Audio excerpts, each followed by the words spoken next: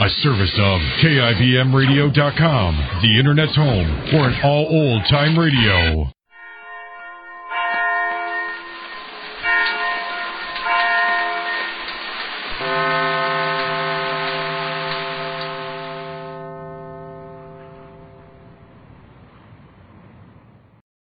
The Eternal Light.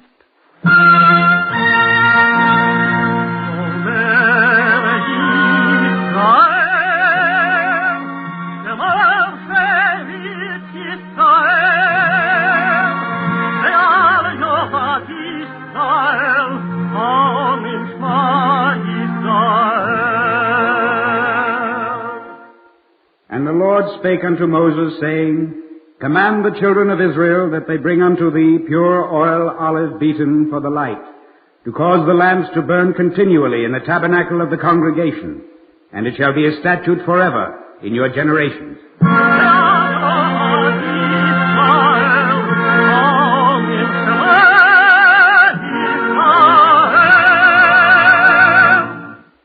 The National Broadcasting Company and its affiliated independent stations present The Eternal Light, a program which comes to you under the auspices of the Jewish Theological Seminary of America. Today's play is The Little Cork Hat by Stephen Gethers, based on a true article in the Jewish Digest, which was translated from a news item in Haaretz.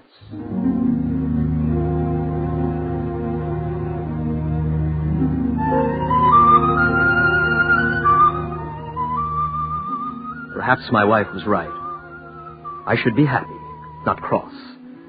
For my son David cannot know at his age what that funny little cork hat means to me, what it should mean to him when he grows tall. Papa? You were still angry with me, Papa? Answer him, Sholem. The child did not mean anything. I told him not once, many times, that he is not to play with the hat. I could not help it, Papa.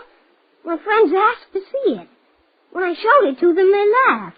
So did you. I could not help it. Why not? Because they laughed. A ridiculous reason. Oh, Sholem, please, my dear, you make the child unhappy. He is too young to understand. I suppose.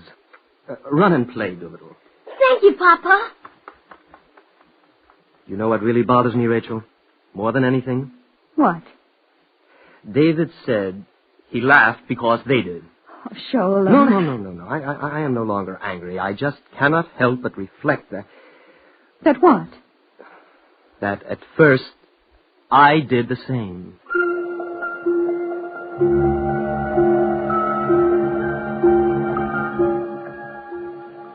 It was true. I laughed, just as David did, because they laughed. A silly reason when you finally realize that people laugh at others only because they do not understand themselves.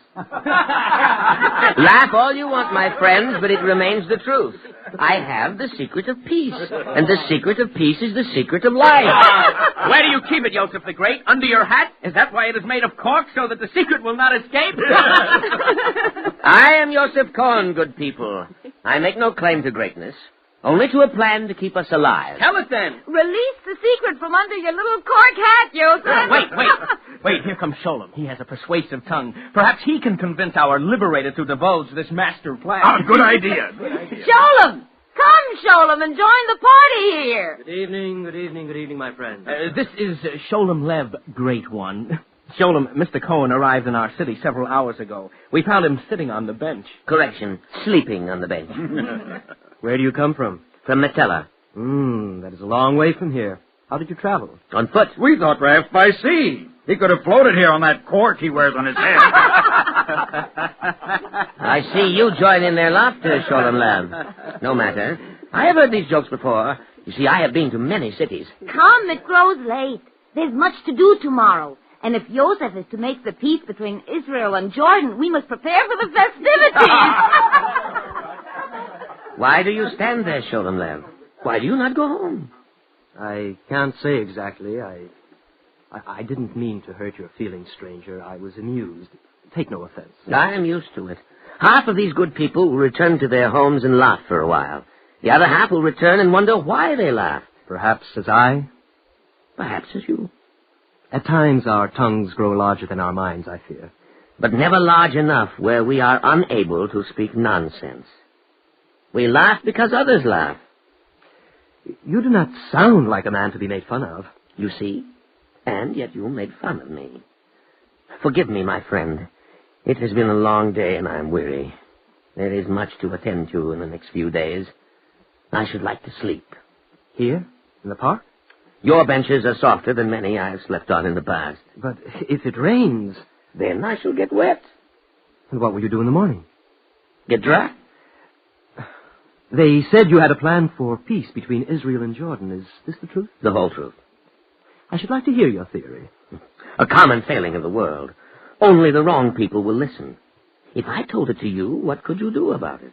Nothing, I suppose. Then I will save it for him who will do something. Good night, Mr. Lev. Good night. Mr. Cohn. Yes? Do you mind if I ask you a question? Be brief. Why do you wear that funny cork hat? Because, Mr. Lev, it is the only one I have.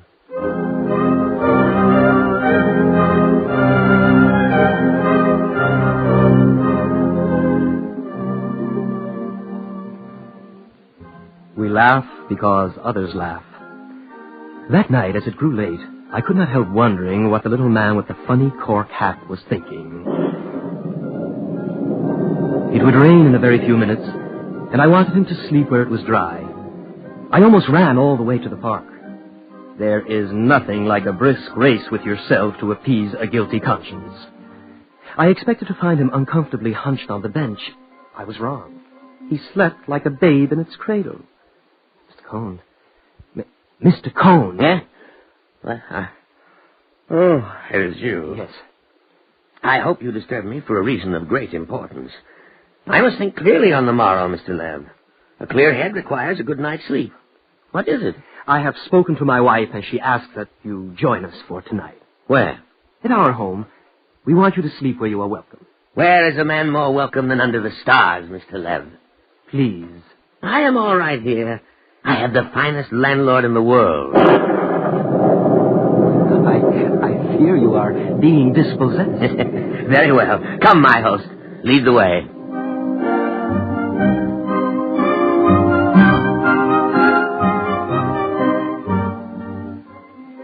Yosef stayed with us for 3 days. Each night he asked that we give him leave to go, but we would not hear of it. He was peculiar, true, but a most likable little man. And David adored him. His tricks, his games. You see, David, right before your eyes, a coin. Watch closely. I'm watching. And now the magic words. Say them. Disappear my magic coin. Fade into the night. Rest within your hiding place. Stay there out of sight. Kazam! Gone! It is gone, Papa! So I see. It is magic, Papa. Beautiful magic. Yosef can make anything disappear. Anything he wants to. He's a genius. No, Doobadoo, it is a trick. Just a trick. The real genius is in making that which has disappeared return. Do it, Yosef. Please. Make my coin come back again. Ah, that is more difficult. Why, Yosef? That is the secret which men have searched for so many years. You want your coin, David? Yes. Oh, yes. Badly? Badly. How badly? More than anything. That is badly enough. Oh, do not tease the boy, Yosef. Make the coin come back. Ah, it is not such a simple matter. First, the magic words. I forget them. Typical of all mankind, my son. You remembered the words to make what you wanted disappear. And now it has fallen so far out of reach that you no longer can have it back. Tell me, Yosef. Only if you promise to remember. I will study the words. Excellent. I did not mean to let you go. I ask that you return. For we must cherish what we have. This all men must learn. Kazam! It is here. He's made the coin come back, Papa. You see? Yes, I see. Go and wash your hands, Doodle. It's time for dinner. All right. You are wonderful, Yosef. Not at all. Everyone can do the same trick. Mama, let me show you what Yosef has taught me. boy's become quite fond of you. And I of him. Perhaps you could stay a bit longer, Joseph. It would be nice, but I fear it is impossible. Why? I have set a task for myself. It must be finished. Joseph. Each man believes as he will, Sholem. I am a Cohen, disciple of Aaron, who loved peace and pursued it. But you have taken upon yourself an impossible achievement. I see you have not learned the magic words, my friend. Peace between our countries is not feasible at the present time. They will not listen. They will listen to me. Why? The night I asked you here, Joseph, my wife wanted to know your qualifications as a peacemaker. I ask you that now. Why do you think you are able to bring about that which our statesmen have not been able to accomplish? I have a secret method. Then tell it, for heaven's sake. I shall. Tomorrow. What? Tomorrow. To whom, Joseph? Tomorrow I shall cross the border into Jordan. There I will speak with King Hussein. King Hussein? I have sent a telegram to our president and to our prime minister asking them to meet me in the village. Thereupon we will obtain an armed guard across the lines, and then I will deliver my plan for peace to the proper authorities. Soon, Sholem, there will be dancing in the streets of Jerusalem. There will be peace, and all men will walk again unafraid. I have never met anyone like you. A man who searches for peace is unusual. A sad commentary. Do you really think that our heads of state will pay attention to your cable? Why not? They are busy men. Busy with what? With problems of great importance. Greater than the search for peace? But they do not know you. I will introduce myself. But they are experts at this sort of thing. And yet, we fight. They will not come, Joseph. Then I shall go alone. Alone? You will cross no man's land into enemy territory alone? When I return across the same line, it will no longer be enemy territory. We shall be brothers. You are not even armed. I go armed with faith, Sholem. Sholem, Joseph, dinner. Coming, Rachel. Excuse me, I must wash. Are you ready, Sholem? Oh, where's Joseph? He has gone to wash. Come to the table. Rachel, I've forgotten an errand I must do. Have Joseph make the kiddush. Will you be late? I don't know.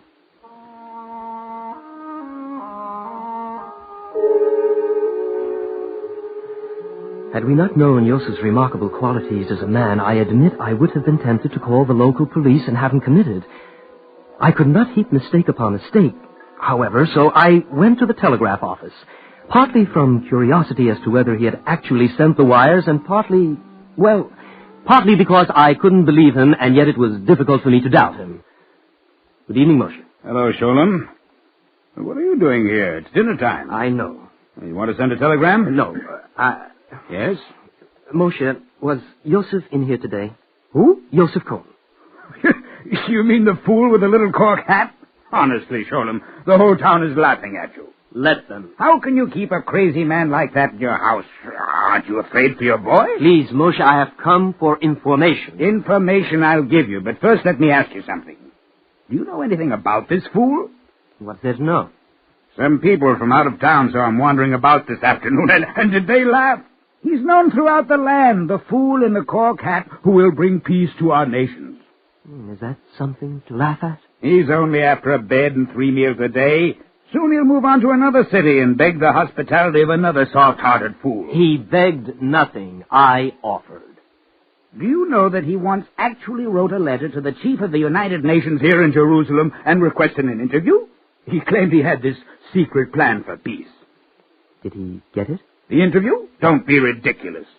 Do you know what his qualifications are? He's peddled newspapers, been a sanitary worker. Are these to be held against him? Oh, certainly not, but they're hardly recommendations for a diplomat. He's a nut, Sholem, a nut. You have not answered my question. Was he in here today? Yes. Why? You wouldn't believe it. Why, Moshe? Very well. Your great peacemaker wanted to send a couple of telegrams. To whom? To the President and the Prime Minister of Israel. Then it is true. You heard. Perhaps you'd like to read them. You have copies? Copies? I've the original. You don't think I sent them to you? Why not? Send a telegram to our 2 highest officials from a nut? It is your duty to send them. Only if they're paid for. He didn't have a penny. You know how he expected them to go through? Build a state. That's what he said. Build a state they should be willing to pay such an infinitesimal sum as a price for peace. I see. Good night, Moshe. Go home, Sholem. You've been taken in, my friend. Good night.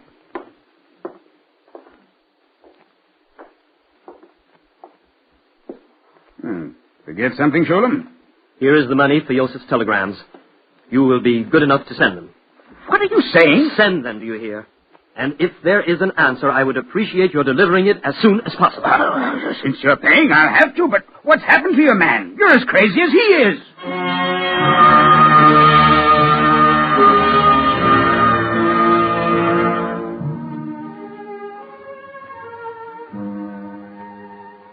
Perhaps I was as crazy as Yosef, and yet I felt that he had to have his chance. Don't ask me why. I don't know. By this time, I, too, was doubtful about his sanity. Still, he made more sense than so many people I know. It was difficult for me to think. Would there be an answer to Yosef's wires?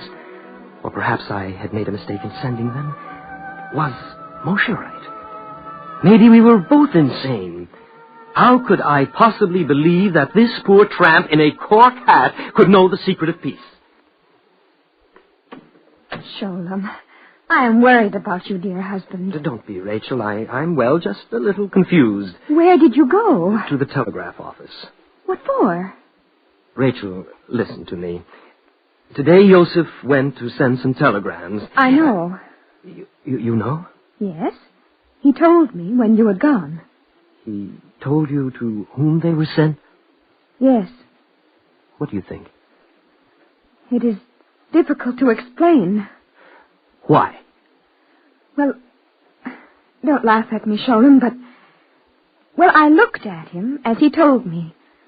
My first impulse was to smile. And then I saw his eyes. They are the eyes of no one, Sholem. Yet they should be the eyes of everyone.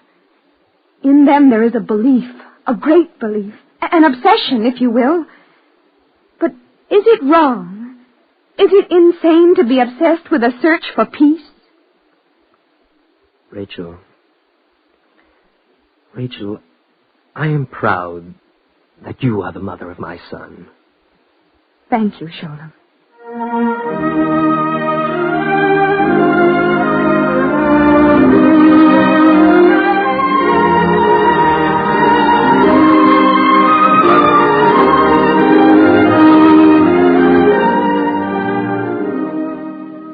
That night I went to sleep a well man. Rachel had put into words what I was afraid to tell myself. I no longer cared what the village thought. If Yosef was obsessed, no matter. Perhaps I thought more of us should be like Yosef Cohn. When I awoke the next morning, I went downstairs to speak with him. He sat at the breakfast table, but something was wrong. Good morning, Yosef. Good morning, Sholem. You seem rather unenthusiastic this morning. My telegrams have been returned. Returned? I found them under the door. They were to be delivered to the President and Prime Minister personally. And? They are not to be found. At any rate, my telegrams could not reach them. What will you do now? I will go alone. You do not try to stop me, Sholem? Why not? I do not approve, but I will not try to stop you. You said something to me yesterday, Yosef. Each man believes as he will. Who am I to tell you that you are wrong? How will you go? Before dark, I shall approach the Musrara quarter into no man's land. The Arab guard will either let me through or take me prisoner. No matter, it is one and the same. All I want is to be allowed inside. Once there, I shall speak to the king, somehow. It will not be long before he will send for our officials and peace will prevail. Then my secret will no longer be a secret. And the people of Jerusalem will no longer say that Yosef Cohn is crazy. They will say, "Long live Yosef Cohn, the man who wanted to bring peace." Would it not be better to wait a while, Yosef? Perhaps your wires will reach them in a few days. We could send them out again, huh? Perhaps this time they will be delivered. I have waited too long already, my friend. One day of peace is precious. I must go tonight.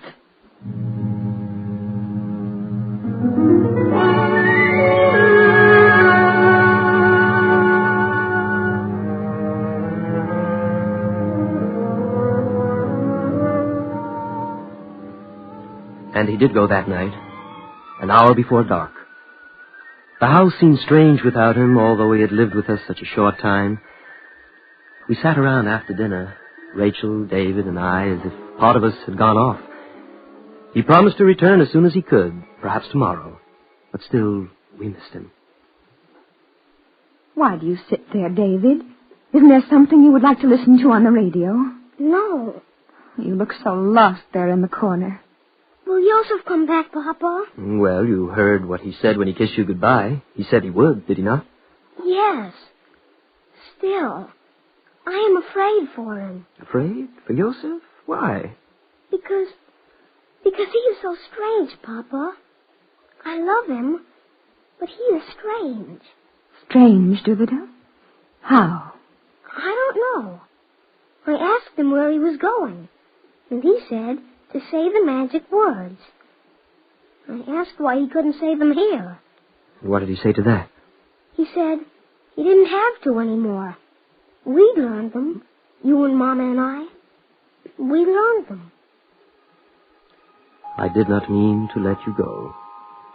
I ask that you return, for we must cherish what we have. This all men must learn.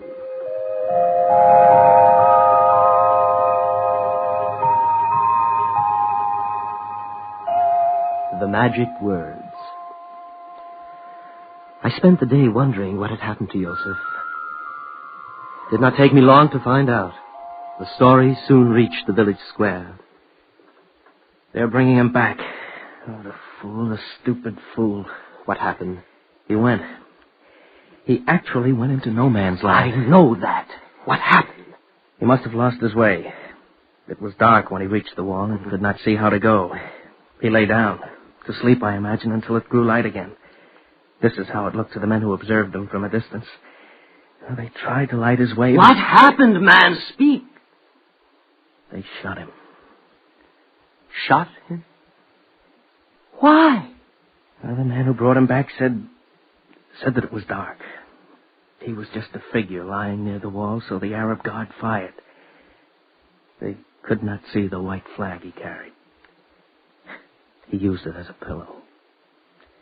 Here, they bring him now.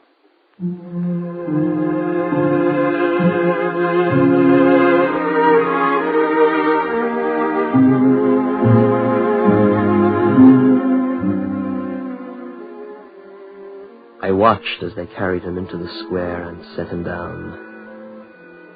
Gently, I lifted the funny little cork hat from his head. He was asleep when they shot him.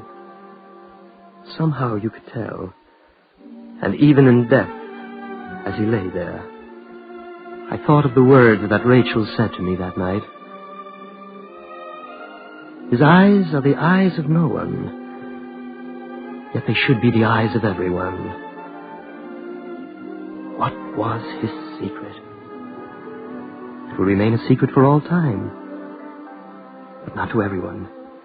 Only to the people who gathered about him and said, Poor fool, crazy man. To go into no man's land. He gave up his life for what? A sanitary worker, a newspaper peddler, peacemaker. I feel sorry for him.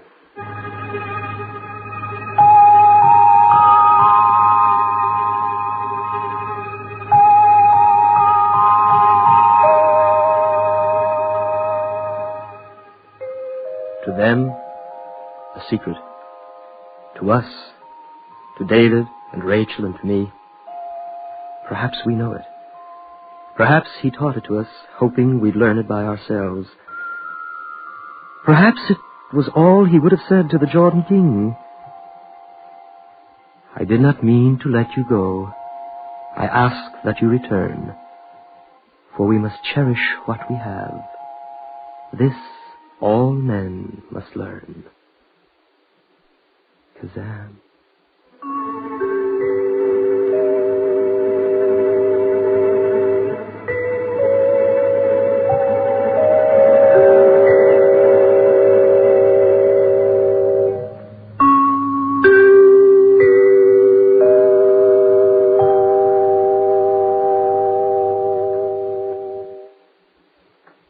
If you would like a copy of today's script, please send your name and address with 10 cents to cover the cost of postage and handling to the Jewish Theological Seminary of America, 3080 Broadway, New York, 27, New York.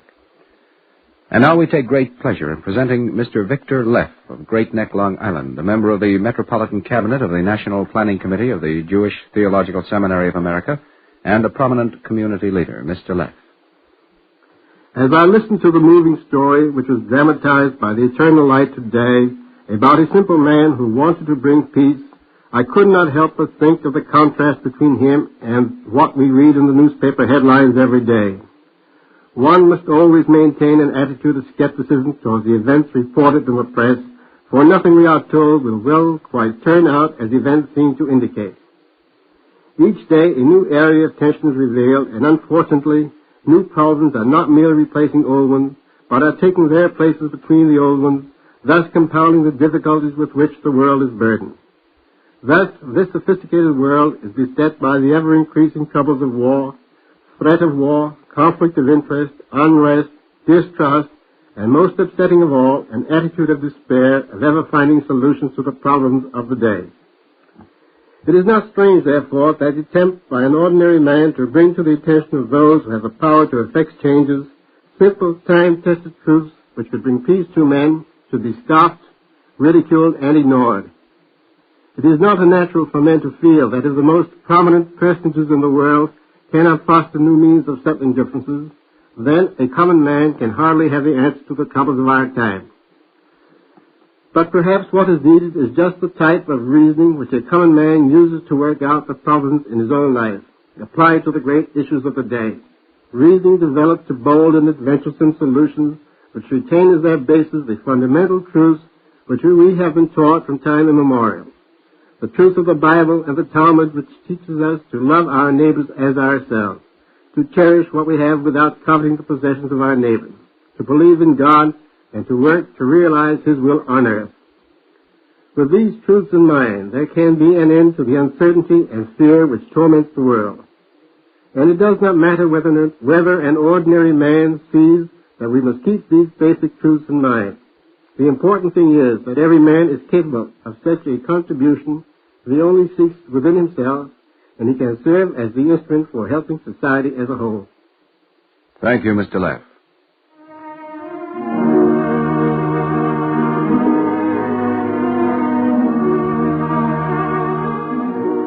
Our Eternal Light drama today, The Little Cork Hat by Stephen Gethers, is based on a true story in the Jewish Digest, which was translated from a news item in Haaretz. Cantor David Putterman sang the liturgical introduction. Featured in the cast were David Opatashu, Leon Janney, Patricia Wheel, Peter Laser, Guy Sorrell, Connie Lemke, Ralph Camargo, and Robert Hastings. This is Mel Brandt. This weekly program is presented under the auspices of the Jewish Theological Seminary of America and is directed by Daniel Sutter.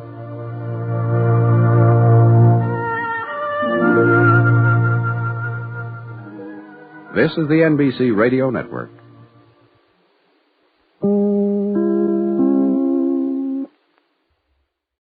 The Eternal Light.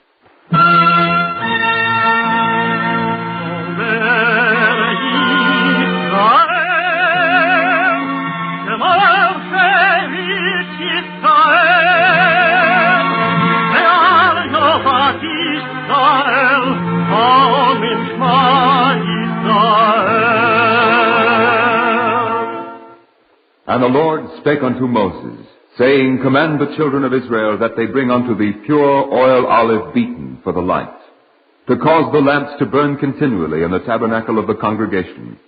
And it shall be a statute forever in your generations.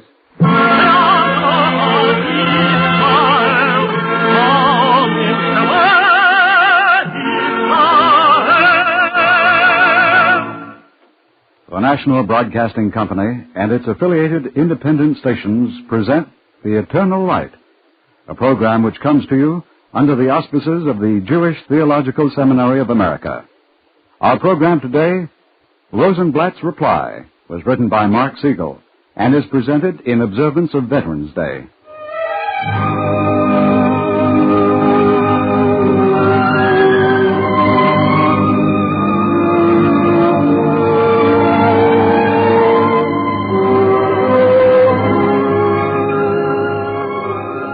was a soft-spoken fellow, tall, good-looking, quiet, serious. But most of all, friendly. I don't mean that boisterous kind of friendliness. I mean you could feel, if you knew him at all, that he was concerned about you, about what happened to you. I come from California, and he came from Omaha and later New York. He was a lawyer, and I'm an engineer. Our backgrounds were different. Our religions were different. Our basic interests were different. But he could have been my brother. That's what I felt about Herman Rosenblatt. And I think I know whereof I speak. We were shipmates in the Navy for 3 long years. Shipmates and brothers. The first time I ever even heard of Herman Rosenblatt, it was in a big way. We were on the USS Swanee, and we steamed into Bermuda to take on our fighter aircraft. It was in October of 1942. And though we didn't know it, we were on the way to the invasion of North Africa. I was officer of the deck that day, and I stood on the bridge next to our skipper, Captain Jocko Clark, as the planes came aboard. Now hear this. Now hear this. Clear the flight deck. Clear the flight deck. Prepare to land planes at 1320. Repeat, 1320. Officer of the deck. Yes, Captain Clark. Hand me my binoculars, will you? Yes, sir. I want to watch the planes approach. There's the first one now, sir. Well, she's coming in nicely. Good. It's a good landing. Here comes number 2, sir. Now, there's something painted on its side, Ensign. Can you make it out? Not yet, sir. Oh, just a moment, sir. It says Rosenblatt's reply. Rosenblatt's reply? Ensign.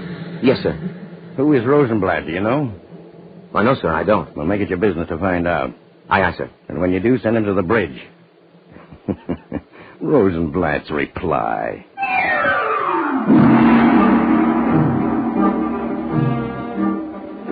I sent for Herman Rosenblatt and told him the skipper wanted to see him. Herman didn't waste any time getting to the bridge. Lieutenant J.G. Rosenblatt reporting as directed, sir. At ease, Lieutenant.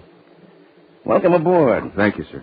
I noticed the interesting name on your ship that you put down. Oh, it's not my plane, sir. You're not the pilot of Rosenblatt's reply, Lieutenant? Oh, no, sir. I'm ACI of the squadron, sir. You're a combat intelligence officer? Then why is the plane named for you? The men who fly it named it Rosenblatt's reply. But why, Lieutenant? I'm not sure, sir. Well, you must have some notion of why. Perhaps because they know how I feel about the war, sir. And just how is that, Lieutenant? I want to see it won, sir. I want to see it fought until it's won. Enough so that the crew of that plane chooses to name it after you? It's only a guess, sir. Well, I guess you're guessing right, Rosenblatt. Glad to have you aboard. It happens that's the way I feel about the war, myself.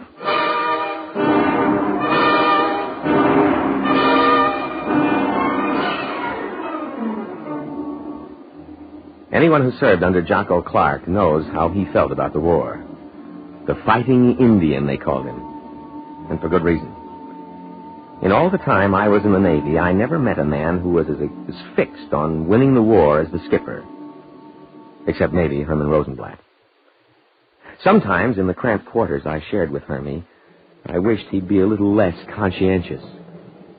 I hope this lamp doesn't bother you, George. Oh, I love that lamp. It's a wonderful lamp. Why, I feel uncomfortable without that lamp shining in my eyes while I'm trying to go to sleep. Oh, sorry, George. I have to get these details down to where there's no possibility of error. You're a perfectionist, old top. An impossible perfectionist. Perhaps. What I don't get is why. Some men join the Navy, but you eat, drink, and sleep the Navy. You'd think you were responsible for the whole flat top. I'm responsible for my squadron, George. Yeah, I know you are, Hermie, but... And I'm responsible for myself. Well, I wasn't really beefing, Hermie. I just... Oh, it's all right, George. I don't blame you. You're right, I suppose. I am a perfectionist. And perfectionists are hard to live with. No, I didn't mean that, Hermie. All I'm asking is this. Couldn't you be a perfectionist in the daytime?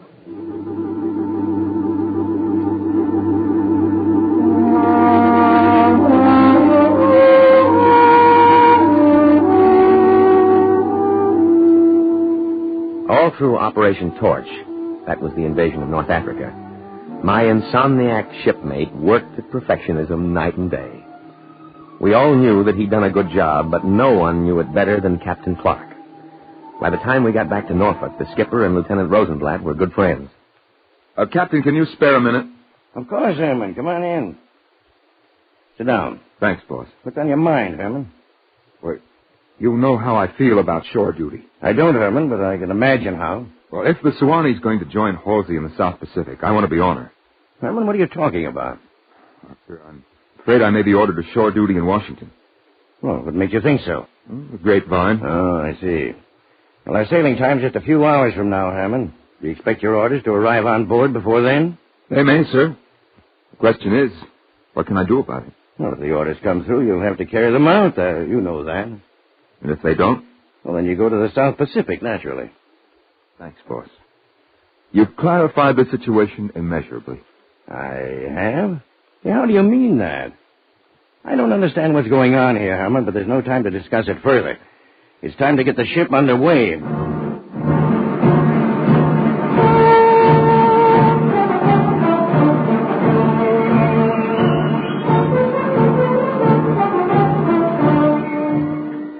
We started the long voyage southward from Norfolk through the Panama Canal and out into the Pacific. It was at Noumea, New Caledonia, our first port of call in the South Pacific, that Captain Clark unraveled the minor mystery of his Norfolk conversation with Herman Rosenblatt. Anson! Yes, sir. I want to see Lieutenant Rosenblatt, and on the double. When Captain Clark said on the double, he meant it. Even Herman Rosenblatt was breathless when he reported in. Herman, do you know that your orders have been waiting for us here? Yes, sir. The orders to Washington, D.C. you spoke about as we were leaving Norfolk. You're aware of that? Yes, sir. Now, you're also aware of the fact that these orders were dated the day before we left Norfolk? Yes, sir. And by a curious coincidence, you didn't receive them there? So that the Navy Department has had to trail you 7,000 miles into the Pacific? I know, Captain. The orders weren't decoded until after we sailed. You understand, Herman, that you will now have to proceed all the way back to Washington. Do I have to go, sir? Of course you have to go. Oh, couldn't you send the Navy Department a message suggesting that I remain attached here? Herman, you're a fine officer. You're the kind of man I'm proud to have serving under me. But there's a blind spot in your understanding of how the Navy works. Well, you could still intercede. I cannot intercede. Well, why not, boss? I can't run the Navy. I have enough to do to run my ship. But I'm sorry to see you go. No sorrier than I am, sir. It's been a great experience to serve with you, sir. Well, that goes two ways, Herman. There's just one little matter to be settled before you go. What's that, Captain? Well, you'll see in a moment. Orderly. Send in the communications officer. Aye, sir. Mr. Johnson? Yes, Wilson. The captain wants to see you. Thanks. Mr. Johnson? Yes, sir? I've just checked my dispatch file regarding Mr. Rosenblatt's orders. This dispatch should have been decoded before we left Norfolk. And Mr. Rosenblatt should have been detached. I'm sorry, sir. Someone in ship's communication slipped up. I know someone slipped up. I'm asking for an explanation. Yes, sir. The explanation could be that Mr. Rosenblatt has a good many friends among the communicators. Perhaps one of them knew how miserable he'd be at shore duty, sir. Uh-huh. Well, that seems to be the general knowledge on this ship. All right, Mr. Johnson, you're dismissed. Sorry, sir. Forget it. It's water under the bridge. Thank you, sir. Herman? Oh, yes, sir. I admire your capacity for making friends. Thanks, boss. But sometimes I wish you didn't do so well at it. It'd make running the Suwannee a lot simpler.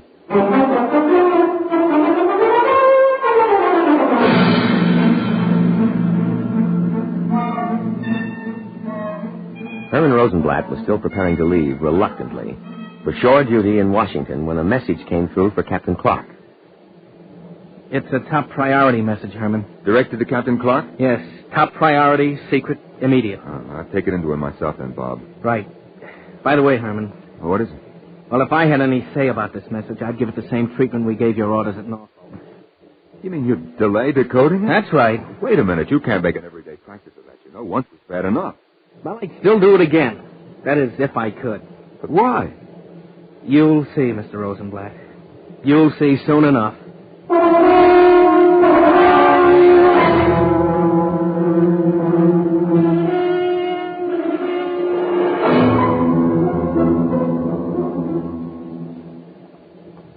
Message for you, Captain. Well, what does it say, Herman? Oh, I haven't read it, boss. It's directed to you personally. Well, let me have it.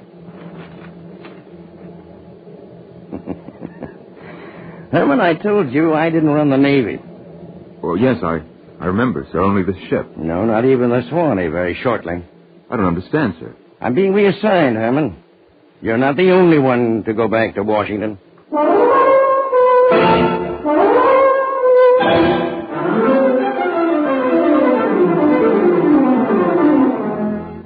Herman left first and was assigned as aide to Admiral R.E. Davison, Assistant Chief of the Bureau of Aeronautics.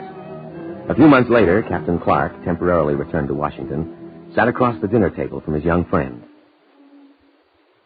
Well, Herman, I've got my new assignment.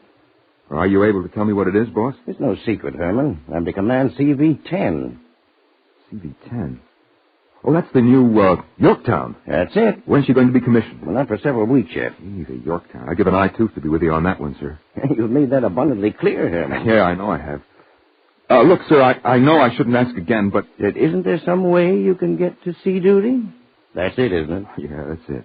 I'm doing a job in the Bureau, and it's an important job, I suppose, but... Yeah, but you think someone else could do it. You'd rather be on board ship where you think you can contribute more directly to the winning of the war. I'm sorry, boss. I didn't mean to go over all this again with you. Oh, that's all right, Herman. But, sir, I still think that someone who wants to fight should be given the chance. That's what I told Admiral Davison this afternoon. What? That's what I told him, and he agrees. He's releasing you so you can serve with me on the Yorktown.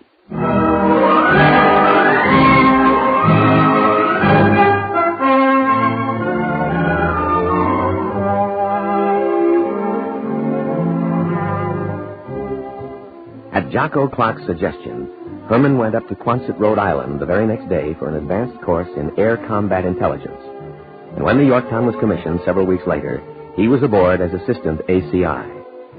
I was aboard, too, along with several former officers of the Sewanee. In wartime, when a man is cut off from his friends, his family, his everyday relationships, an old shipmate becomes a brother. That was true for all of us who served together. But it was more than true, perhaps, for me and Herman Rosenblatt. Hey, George! Hey, this is great. How are you? Oh, fine, Herman. And you? Never better. And I love this flat top already. You're flat top happy. That's your trouble. No, not exactly. But I'm glad to be aboard. I think we've been assigned quarters together. Or at least I'm trying to arrange it. You're willing to have a lamp shining in your face all night again? Willing? Herman, I've missed that light ever since you left the Swanee. It'll be a pleasure.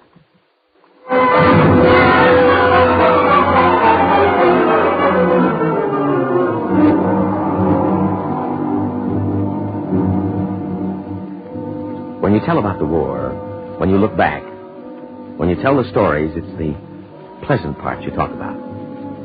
Ask any Navy man. You remember the long, slow days at sea, the bull sessions, the practical jokes. But the other part, the business of war. Maybe it's a tribute to man's spirit that he'd rather not recall the grim part. But this is Herman Rosenblatt's story, and fighting itself is part of that story.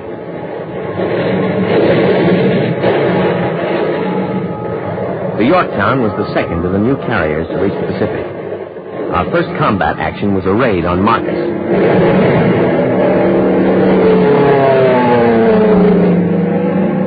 Herman was everywhere on the ship during that raid. And when it was over, while the rest of us relaxed, drained, spent, he began the careful documentation of the Marcus raid. It was hours later that he completed his report.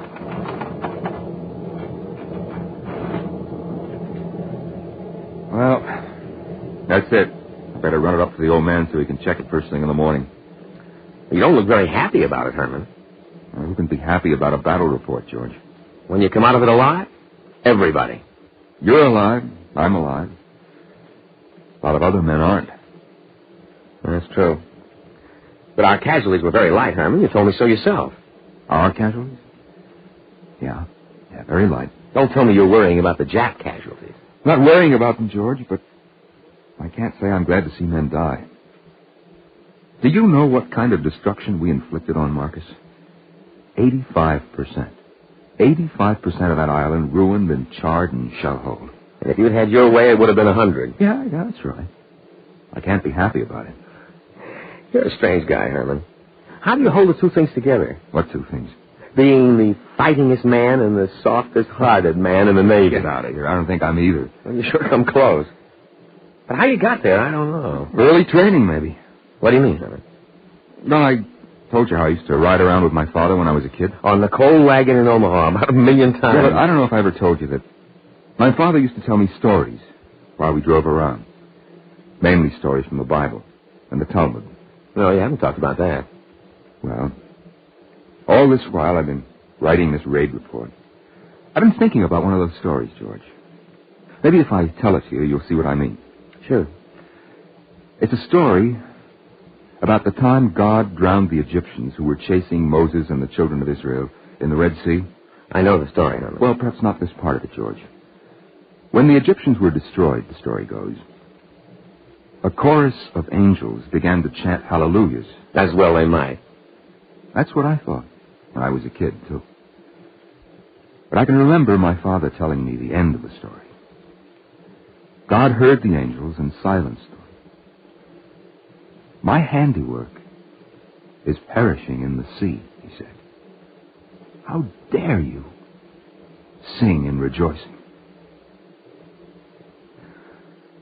George, I've been thinking about that story the whole while I've been writing this report.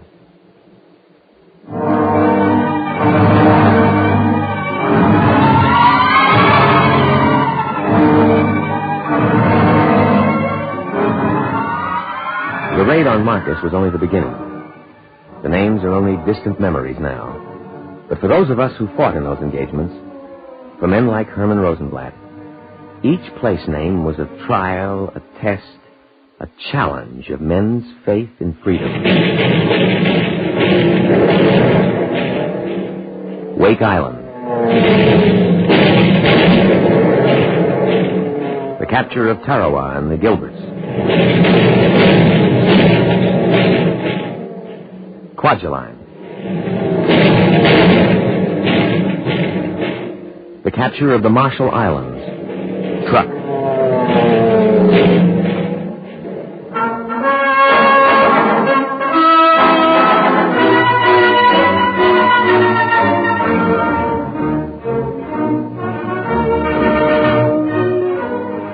We changed ships, Herman Rosenblatt and I, and Captain Clark, who had become an admiral. But the pattern was the same. The lull and then the battle. Hard work and danger and relief at having survived. And through it all, if you looked for the meaning of it all, you could find a clue in Herman Rosenblatt, who dealt, like all of us, in death, but never forgot the value and the sanctity of life. Coming. Oh, good morning, Herman. Morning, boss. Herman, I've intended to tell you, but I haven't had the chance. Those operations orders on the truck affair, well, they were near perfect. Well, thank you, sir. You might like to know that Mitcher agrees with me. I sure do. But there's something else I'd like to talk to you about, sir. Well, go right ahead. I think it's at least as important as the truck operations orders. Well, that would have to be mighty important, Herman. What have you got? A plan, boss. For what? For rescuing pilots who were downed. You it's all here. I've written it all up. You've worked this out all by yourself? Well, not by myself, Admiral, but with a few other officers. It's a coordinated operation using seaplanes, cruisers, and submarines. And it's all written up? This air-sea rescue plan? Yes, sir. Will you have a look at it, sir? Well, of course I'll have a look at it. But what I'd really like to know, Herman, is when did you find the time to work on this? Well, in between times, sir. In between times? Yes, sir. A way of saving pilots' lives, eh? Yes, sir. Herman, I know that your civilian profession is the law. That's right, boss. But sometimes I wonder if you missed your calling.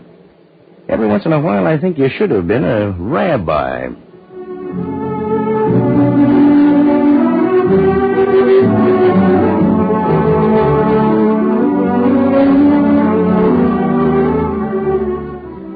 Herman's plan, which consisted of using seaplanes to pick up downed airmen at Truk and ferry them to a submarine awaiting outside the reef, saved many airmen. Not only there, in many places, because it was generally used from that time on.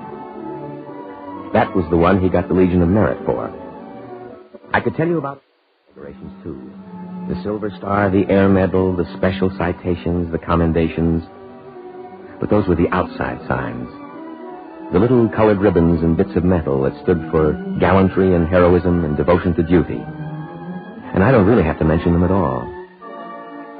If you knew Herman, if you lived with him, you didn't need to see the medals to know what kind of man he was.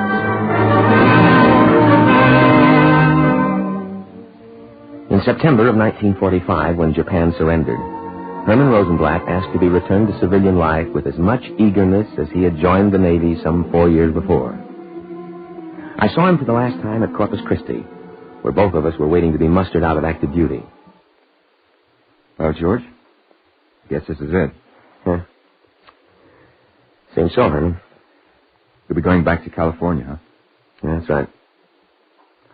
You to Omaha? Oh, no, New York. I grew up in Omaha, but my practice is in New York. That's a long way from California. Well, not for friends, George. I'll make it my business to get out your way. I hope so, Herman. When you do, you be sure to look me up. We'll find some of the other fellas, too, and have a West Coast reunion, huh? Yeah, sure. What's the matter, Herman? You sound as if you hadn't heard a word I've been saying. George, I was thinking about some of the fellows who won't be able to attend the reunion. You're right. I'm sorry. Don't be sorry, George. The truth is that whenever we get together, they'll all be there. Every one of them. Whole ship's company. The living and those who go on living in our hearts.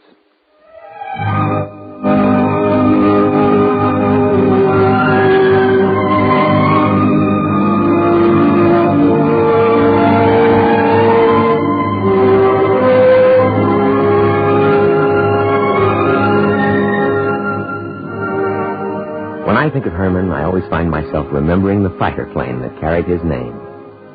Rosenblatt's Reply. Maybe it's because Herman was a man who, believing in brotherhood, really practiced it. Brotherhood and a responsibility toward others. That was really Rosenblatt's reply. Herman Rosenblatt's reply to life.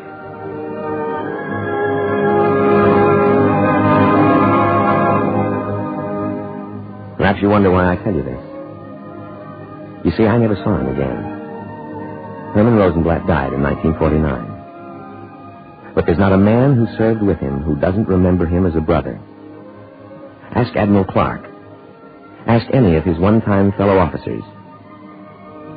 Ask me.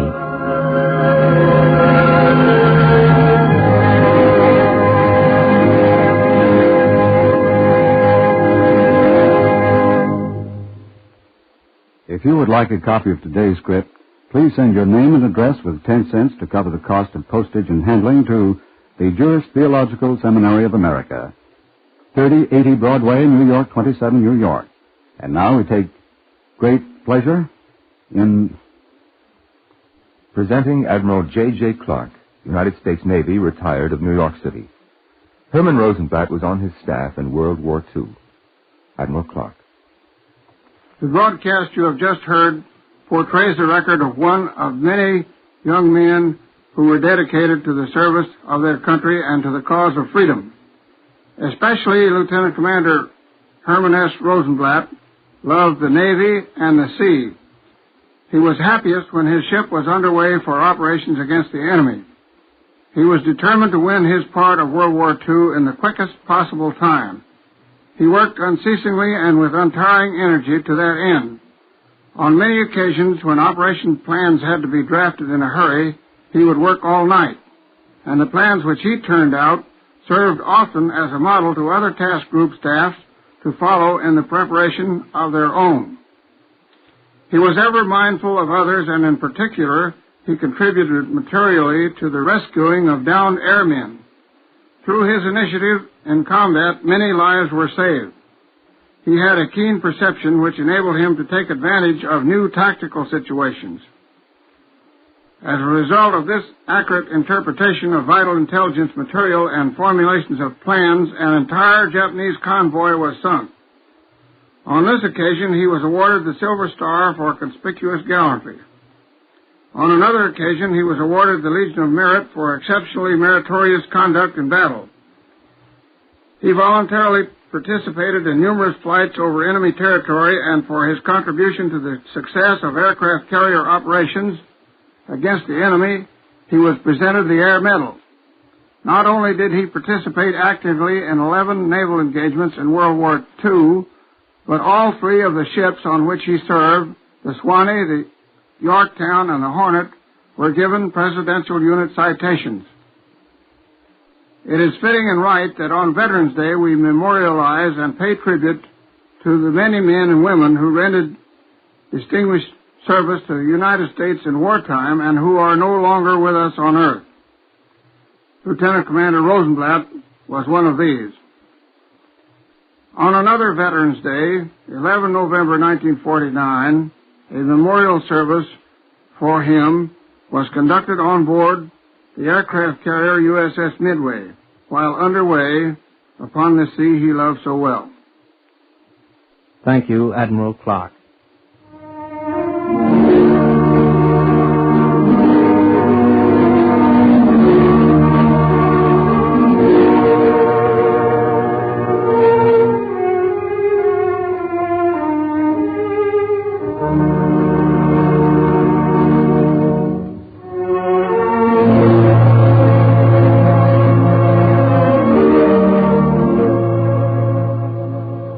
Our Eternal Light drama today, Rosenblatt's Reply, was written by Mark Siegel and was presented in observance of Veterans Day. Cantor David Putterman sang the liturgical introduction. Featured in the cast were Leon Janney, Norman Rose, Raymond Bramley, Robert Hastings, and Charles Olson. This weekly program is presented under the auspices of the Jewish Theological Seminary of America and is directed by Daniel Sutter.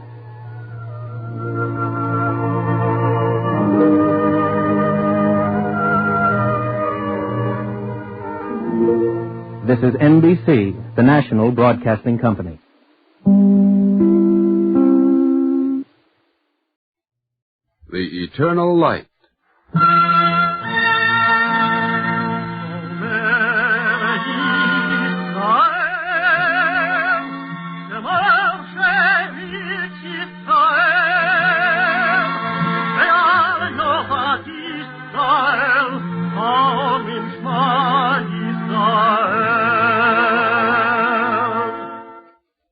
And the Lord spake unto Moses, saying, Command the children of Israel that they bring unto thee pure oil olive beaten for the light, to cause the lamps to burn continually in the tabernacle of the congregation. And it shall be a statute forever in your generations.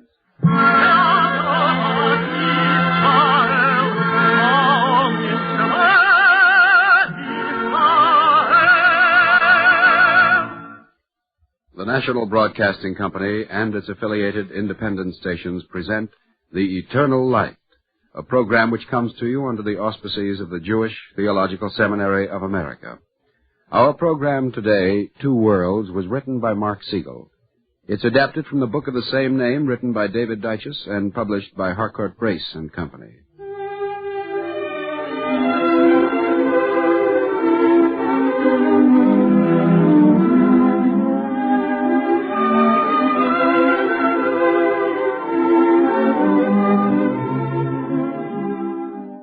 In the almost 9 years that I sojourned in the United States, I grew depressingly accustomed to a certain conversation. The form of this exchange, to which I was repeatedly subjected, might vary, but the content was always the same. An American friend or one of my students at Cornell would say, Professor Dyches, they say you come from Scotland. That's right, Edinburgh. Really? From Scotland? Is there anything so strange about it? No, but I'd heard that you were Jewish, that you were a rabbi's son. That puzzles you? Your father was a rabbi in Scotland? Why, yes, great many people, in fact, used to call him the chief rabbi of Scotland. Really? The chief rabbi of Scotland? Find that so amusing? Well, it is comic, Professor Digest. There's just something comic about a Scottish rabbi. But why? Because they're two different things. A rabbi is a rabbi. And Scotland, that's kilts and kippers and oatmeal. And that's what amuses you? I'm sorry, Professor Digest. I don't mean to laugh. It's just that when I think about it, I get a picture in my mind. What kind of picture? It's ridiculous, Professor Digest, but I can't help it. The picture that pops into my head is of a rabbi wearing a kilt.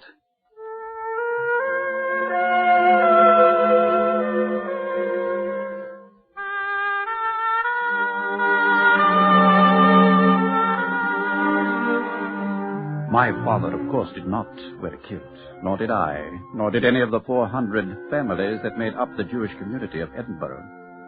But if some of my American friends tend to find a certain amusement in the idea of a Scottish Jewish community, I can at least understand the reason, the underlying reason. I think it is perhaps because in the Scotland of my youth, two strong traditions came face to face. Perhaps you'll understand it better if I tell you about those growing years and my father's effort to bring those two traditions, the Scottish and the Jewish, into working balance. When I was a boy, I lived not in one world, but in two.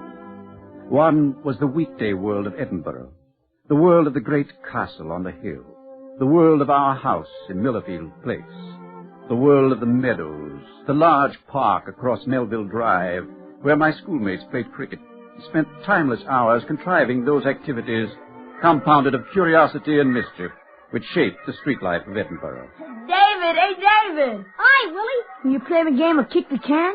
I've been playing it all day, Willie. Well, there's a stack of wood to climb. The Parky will catch us if we do. The Parky? Who's afraid of the Parky? He can't catch us. It's getting late anyway, Willie. I've got to go home. Home? Well, the Pipers coming in the meadows? The Pipers? Oh, they're coming out. Do you hear them? I hear them, Willie. Come along. Did you say you had to get home? I do, Willie. It's late. But it's never too late to go hear the bagpipes.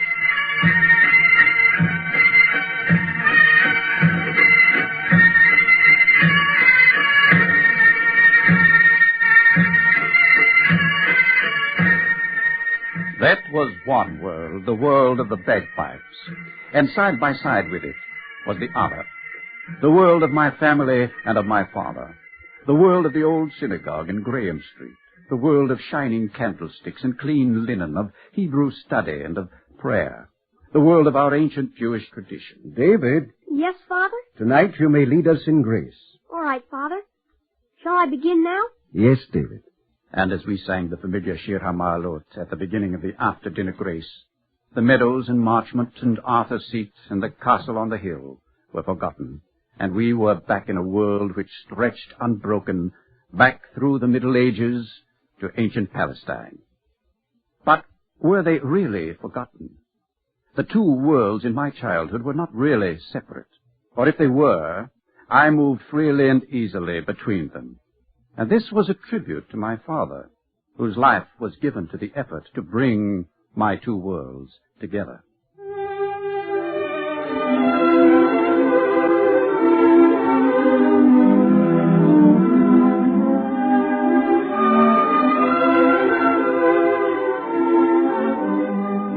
When we lived in Millerfield Place, we were a family of 5, a close-knit family. There was Lionel, my older brother, and Sylvia, my younger sister. There was my mother, of course, seeing to it that we all left for school polished and scrubbed each morning. But when I think back to the days when I romped through the Edinburgh streets with all my senses wide open, in the background, what I remember best is my father, writing in his study, setting out to attend a meeting or conduct a service, or above all, by 1,000 means reminding us of our identity and our heritage. He might say suddenly at the dinner table, David, if you were hiking in Palestine and wanted to find a place to spend the night, how would you explain yourself in Hebrew to a passerby? Hayesh bo makom lagur? Would that be right? No, David, not unless you plan to stay a good while. Lagur means to sojourn, not to lodge for a night. And I would try again until I got it. Hayesh bo makom lalum? Right, David. 1,000 times right. We were never quite sure, Lionel or I, when a study period might begin or end. Lionel, David, come into my study. It's time you learned some Talmud. Or Father might say about something we'd never studied. What's that, David? You say you don't know Rashi's commentary on Genesis by heart? And then with a sudden recognition add, on the other hand, why should you? I never taught it to you. Really, David, you must get yourself a better teacher.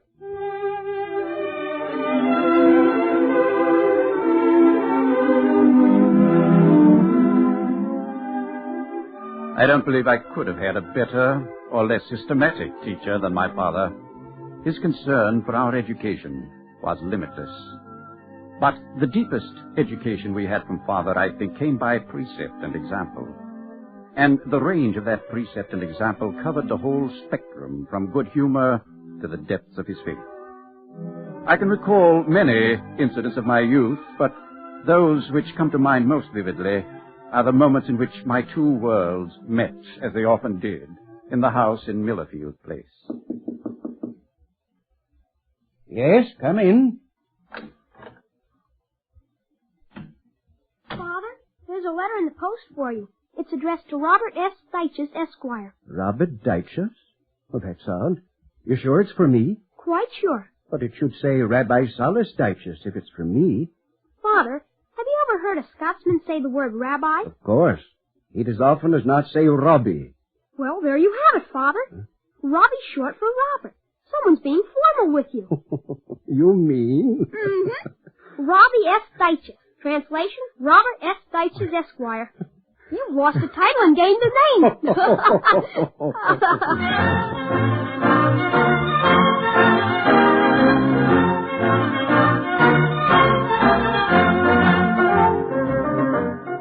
Among the Jewish and Scottish communities, with or without his title, my father was both loved and respected.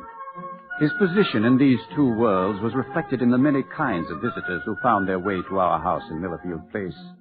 I remember one visitor well. Rabbi Dyches, I've come to extend an invitation to you. I get a great many of them, friend. But I'll be glad to oblige, if my calendar will let me. It's to give the oration at our Burns Festival. Why, I'd be proud to. But I'm not much of an authority on Burns. Ye be the Robbie Dyches that writes all those bonny letters to the Scotsman, you know? Yes, I do write letters to the editor of the Scotsman from time to time. With all those bonny words? Well, yes. Well, Robbie Dyches, it's a month or more to the lecture. Surely in a month a man of your learning can become an authority on Burns.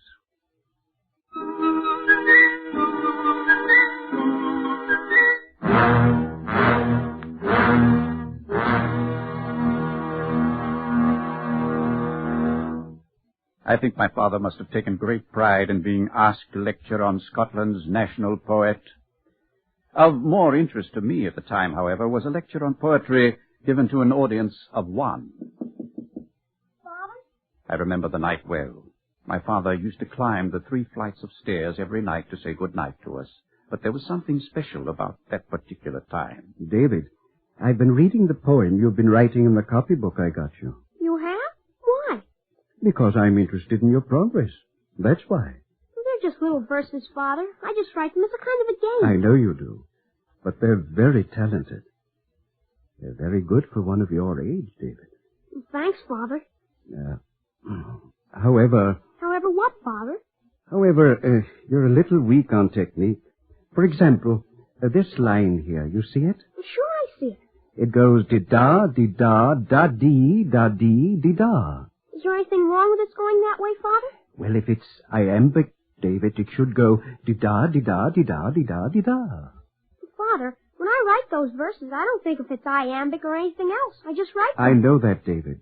But it would help you to write better poetry if you knew the rules of meter and of feet. I'll teach them to you if you like. You will? Of course I will. You know, David, it would be quite a wonderful thing, if you were to become a well-known poet. It would? Someone who was read and appreciated by people all over Scotland. Quite a wonderful thing. I guess it would. But why, Father? Why? Well, to start with, it's always wonderful when a man can create something which inspires or lifts or educates other people. And then also... Also what, Father? Also, think of how proud the congregation of the synagogue would be. Just think of how proud they'd be.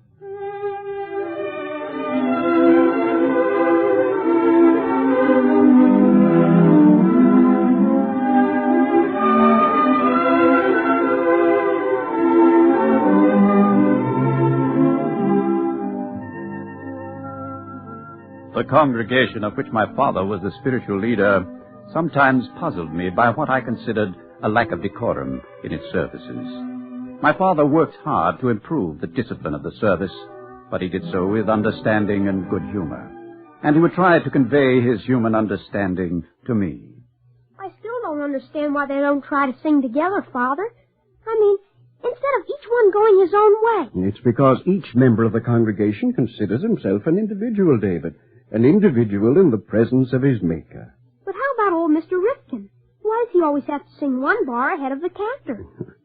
To show he knows the words and music better than the cantor, I suppose. That's just human, David. And the synagogue should be a human place.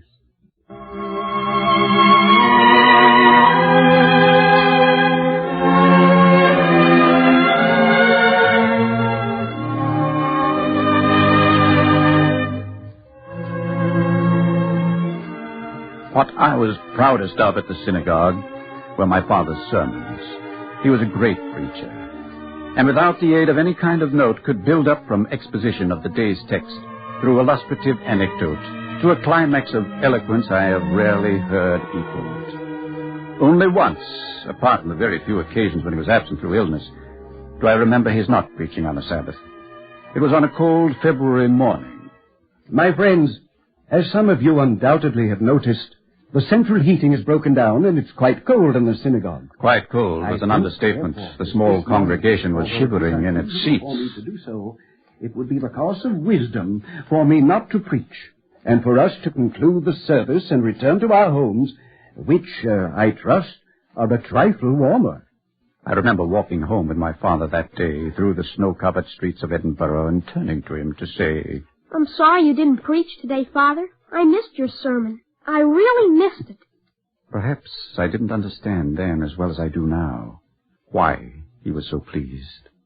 But I can remember clearly his sudden smile and the warmth with which he turned to me. Did you, David? Did you really? Then, in a way, I'm glad I didn't deliver it.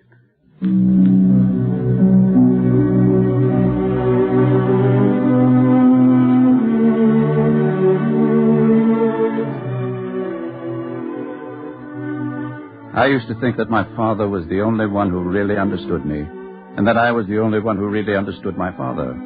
It is a common failing among sons, I suppose. At that time, I had formed an image of my father as a lonely idealist, who would be sustained by the knowledge that one at least of his children was of a similar habit of mind, a serious thinker, or at any rate someone of moral and intellectual distinction. As a matter of fact, I found myself developing an almost paternal attitude towards both my parents. Father! Father! What is it, David? I won a bursary at school, a scholarship for next year. Why, that's wonderful, David. Congratulations. Thanks, Father. I knew you'd be pleased. Of course I'm pleased. But that's not the important thing. You should be pleased with yourself. Well, I am, of course. That is, just a little. A little. I felt as if I had elevated the reputation of every Jew in Scotland.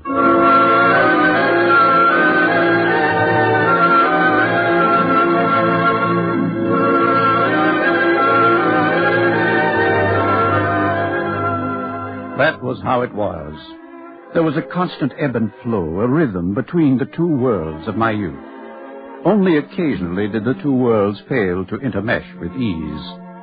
One such face-to-face meeting of our two worlds came when he had no housemaid to turn the gas on the Sabbath, a day when the making of fire was forbidden by our religious practice. David. Yes, Father? You'd better fetch the message boy from Cameron's around the corner. I would run to Cameron's, where we used to get some of our groceries, and induce their message boy was the term we used, to return to the house with me. You wish me to come in and light the gas?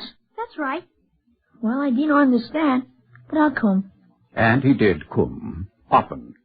But once I remember he turned to my father as he lit the stove. See, it's quite easy. Of course. You just turn this wee handle, then put the light to the wee holes. I know how to do it. You do? Then why didn't you do it yourself? Because this is the Jewish Sabbath, my son, and it's forbidden to strike a light. It's the Sabbath day? Saturday, the Sabbath day? That's right.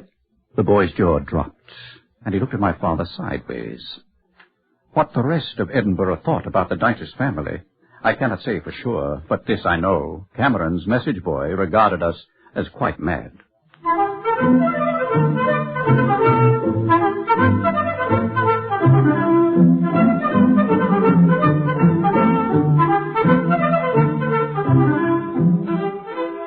Like Cameron's message boy, I and my brother Lionel and my sister Sylvia sometimes questioned the relation of ritual to everyday life, or in our case, to practical ethics. Talk was neither ration nor disciplined in our family, and one of us would say, Father, couldn't a man who didn't go to the synagogue regularly still be a good man? And Father would answer in perfect good humor. Yes, I suppose he could. One of us was bound to carry it further. Then why all the rules, Father? Why all the laws? Sometimes my father would smile and say simply, You'll understand when you're older. But on other occasions he might ask, David, you ask if a man who didn't go to synagogue regularly could be a good man. That's right. Well, how do you know what's good and what's evil? Anybody knows that, Father. No, David. Not unless he accepts the law as a guide. If a man hopes to lead a truly full and satisfying life, he must do it within a religious tradition and in relation to a divinely inspired code of morals. Do you understand me, David, or are the words too big? No, I understand, Father, but I'm not sure I agree. You're not sure? Why? Because I know the difference between good and evil. Yes, I'm sure you do. But how do you know the difference? I just know it. My father would smile as well he might. We had a rather good example to follow, quite close to home. It's one of the advantages of being a rabbi's son.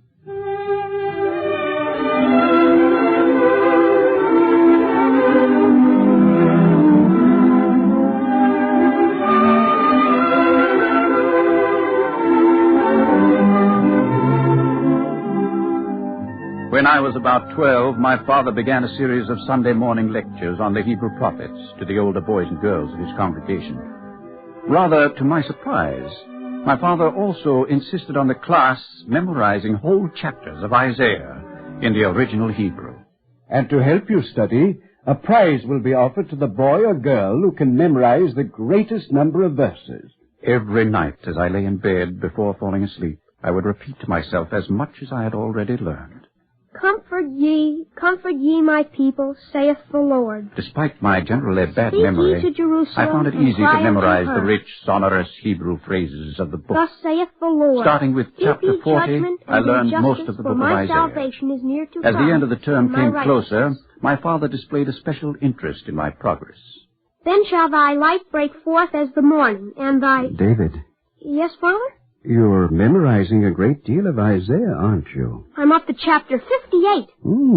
58. That's 18 chapters, I know. I see. That's a good many chapters. Well, I think I can learn them all to the end by the end of the term. I don't believe any of the others know anywhere near that much, David. If they'd worked at it, they could. Yes, I know. David, it may be difficult for you to understand why I say this, but why don't you try to memorize a little less?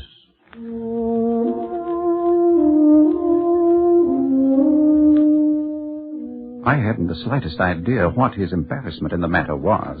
All I knew was that my nearest competitor had memorized only half as many chapters of Isaiah as I had. Finally, the end of term came. The prize for memorizing the greatest portion of the book of Isaiah will now be presented. I waited confidently to hear my name called by my father. Will Herman Levy please step forward? I could hardly believe my ears. All I could think to myself in the midst of my pain and confusion was, Wait till we get home. Just wait till we get home.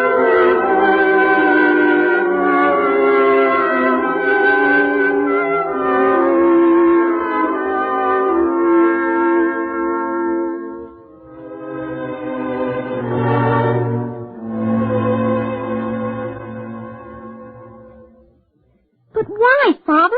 Why? It wasn't fair. David, I know it's hard for you to understand, but what would the congregation have said? I don't care what they would have said. You have to care. We all have to care. You did get the second prize, David. It was the best I could do under the circumstances. I tied for second with a girl who hardly knew one chapter. David, you don't understand.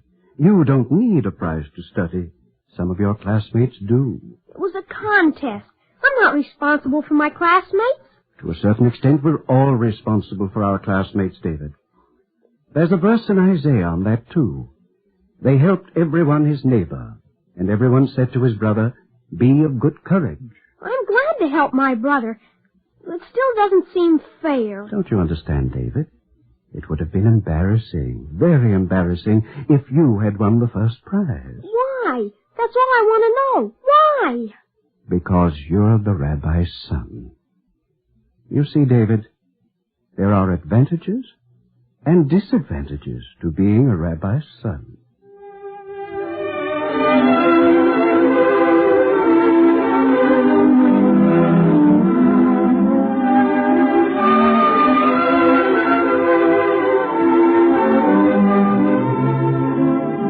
Father is gone now, but when I think of him, I think of the advantages of having been a rabbi's son. We were not always in agreement, but his faith and his convictions, I'm sure, helped to shape whatever kind of person I may be.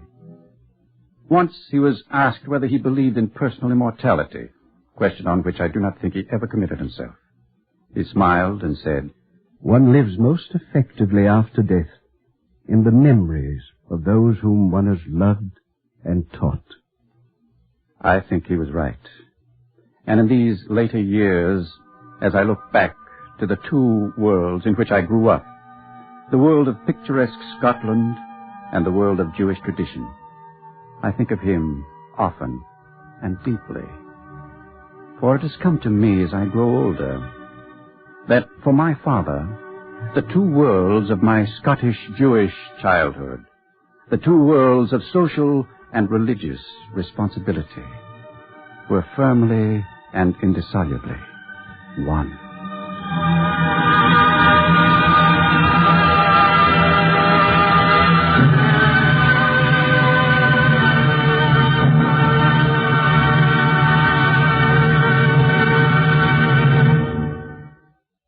If you would like a copy of today's script, please send your name and address with 10 cents to cover the cost of postage and handling to the Jewish Theological Seminary of America, 3080 Broadway, New York 27, New York.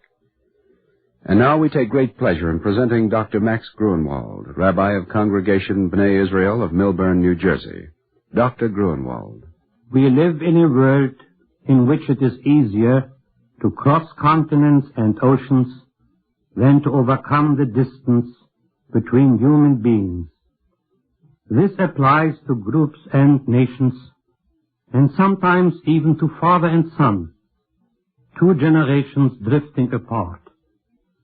To live in two worlds then appears to be the property of a select few.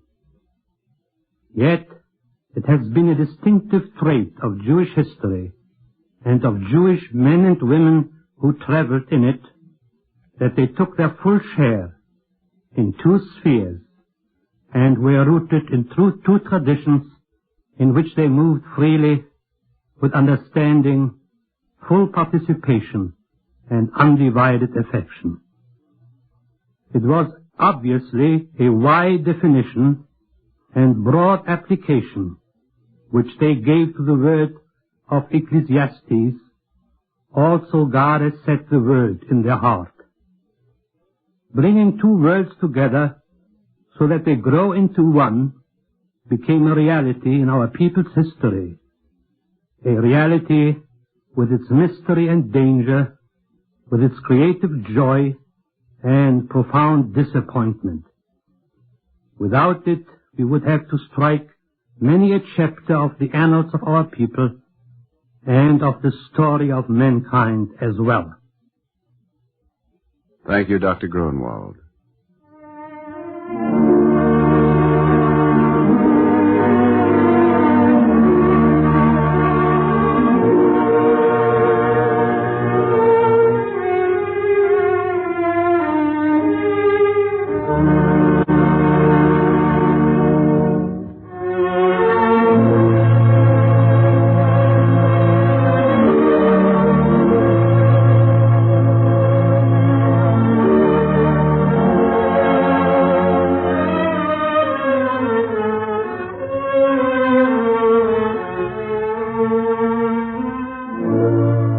Eternal Light drama today, Two Worlds, was written by Mark Siegel. It is adapted from the book of the same name, written by David Dyches and published by Harcourt Brace and Company. Cantor David Putterman sang the liturgical introduction. Featured in the cast were Roger DeKoven as the narrator, with Bobby Alford, Guy Rep, Michael Mann, Peter Fernandez, and Stuart McIntosh. This is Mel Brandt.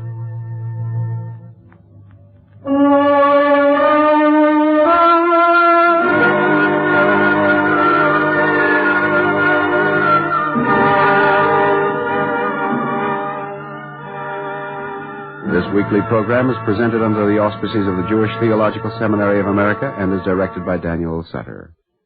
This is the NBC Radio Network.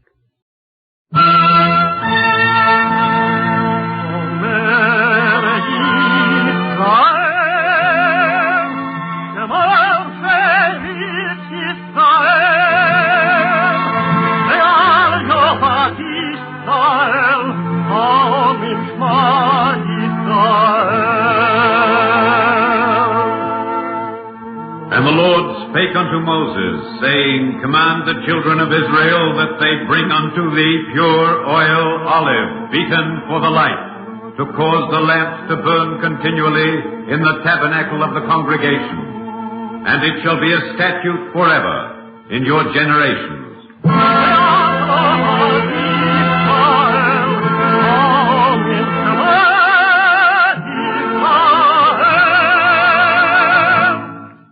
The Eternal Light.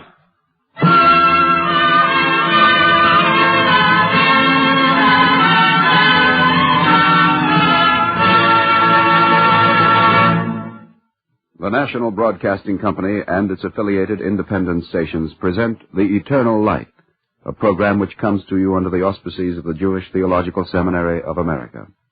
Today's program, Mattathias, was written by Mark Siegel.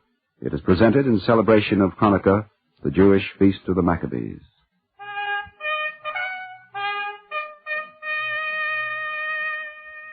There it is, the sound of attack.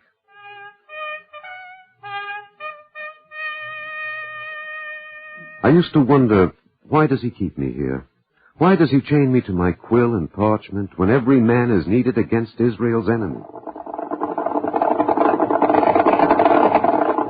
There goes our cavalry. Once I said to him, Judah, is the chronicle more important than the deed? Are the words I write more important than victory? And he answered, Yochanan, victory is important for today, but the chronicle is important for tomorrow.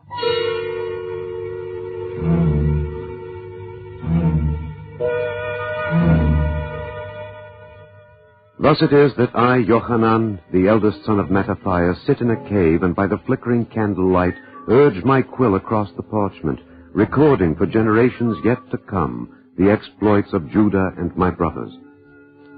Still, there is another part of the story I would tell, that part which comes before the battles and the military strategy. For if the chronicle is for tomorrow, the record of the victories of my brother Judah Maccabee is less important than the record of another struggle, the inner struggle of my father Mattathias. My father was a great man, but in no way greater than in his righteousness and firmness of belief. I knew at first, I think, the day we left Jerusalem, our holy city. That afternoon, my father came striding into our house from the street, his face flushed and angry, calling my name. Yochanan. I'm here, Father. Yochanan, call your brothers together. What has happened, Father? Nothing that has not happened before. I have walked through the streets of our holy city. That is all. Walked through the street? Call your brothers. Only Judah and Simeon are here, my father. The young ones are in the place of hiding, where you wished them. We will get them later. For now, call your brothers. Yes, Father. Simeon! Judah! We hear you, Yochanan. Our father would speak with us. We are here, Father. Listen to me carefully. Simeon, you will go to the place of hiding and fetch your brothers Eleazar and Jonathan. Yes, Father. And you will meet us at sunset outside the city on the road to the sea. Outside the city? Outside the city. Yochanan and Judah, you will gather up our belongings, all we can carry with us. We are leaving Jerusalem. Leaving Jerusalem? That is what I said, Judah. Forsaking the holy city, Father? Forsaking the temple? We will never forsake the temple, Simeon. But we are leaving Jerusalem. But, Father... What is it, Judah? Father, 2 weeks ago, when the Syrians put so many to the sword... Yes, I know. I said we would never desert Jerusalem. But today I have walked through the streets of the city. My father, I hear your words, but I do not understand their meaning. Yochanan, Simeon, Judah, hear me. When Antiochus defiled the temple, I wept in my heart. When the Holy of Holies was desecrated, my cry went up to heaven. In the streets of our city, there are Jews who ate the ways of the Syrians and the Greeks. It is detestable, Father. But is it not to preserve their lives? Is it not for safety? Simeon, my son, God commands us to preserve life, but not at the cost of our belief in him. But cannot a man believe one way, yet act another? Only in unimportant things, Simeon.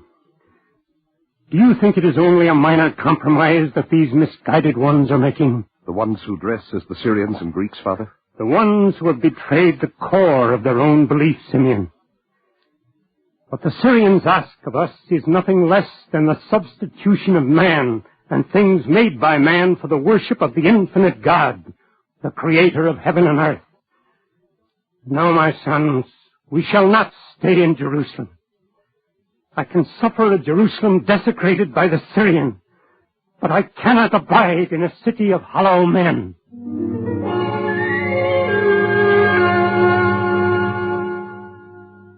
We left Jerusalem, the city of our birth, the city of our temple, and went to the village of Modin. The soft winds blew across our vineyards, and the sun shone softly on our lovely village. There we grew up, we 5, and in Modin my father seemed content to till his fields and to worship the God of Abraham, forgetting the flow of evil in the world beyond. Hold the plow firmly, Judah. The furrow must be straight. I will, Father. It will be a good crop, with God's help. With God's help and our care. Father. Yes, Judah? I am troubled. Troubled, my son? Oh, what troubles you? Father, do you not care any more what happens to our people? Care? Judah, I care with all my heart, with all my soul. Then how do we go on like this? Concerned only with the crops and seasons. Wondering only, will the harvest be good or the grapes sweet? Even in a time of crisis, Judah, life must be carried forward. When a storm is brewing, when... I see even greater storms brewing, Judah. Then why do we hide? Why do we not act? Hide, Judah. We do not hide. We go on living. It is an escape, Father. It is cowardly. Cowardly? Judah, you are young. You have much to learn. I say only that by doing nothing we invite disaster, Father. By doing nothing? Judah, do you think that heroism is to be found only in battle? It is not so. Is there heroism in plowing a field, Father? Sometimes there is greater heroism in plowing a field than in vanquishing an army. Believe me, my son, we need a courage greater than in battle now. The courage to go on preparing the field. In time, there will be a harvest. Evil in the world is like a weed in the fields. If it is not rooted out at its source, it will spread until it chokes off everywhere all of man's spiritual sustenance. And while we dwelt in Modin, trying to understand our father's self-restraint, the wicked root of evil was in Antioch, the capital of Syria.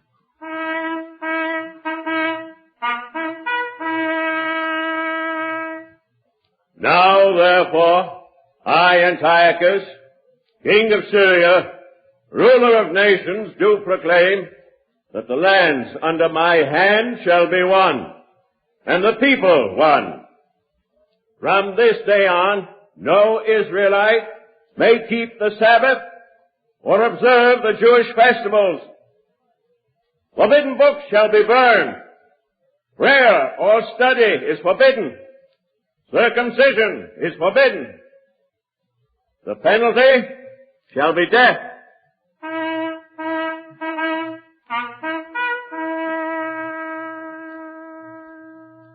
The time for waiting is over, Father. It is a time for action. Oh, have patience, Judah. Patience when they attack our holy Torah, when they forbid study, when they burn the holy scrolls of the law. There are many kinds of resistance, my son. There is only one kind the Syrians will understand, Father. The force of arms. Judah, there are moments when there is no choice. But we have not come to that. Then what do you counsel, Father? That we should bare our necks to the Syrian sword? That we should sacrifice ourselves and submit to slaughter? Do not speak with contempt of men who are willing to bear witness to their faith with their lives, Judah. Forgive me, Father. But it is a senseless sacrifice. It takes its toll, Judah. Of our people. Of our people, yes. Freedom cannot be bought cheaply. It also takes toll of the enemy.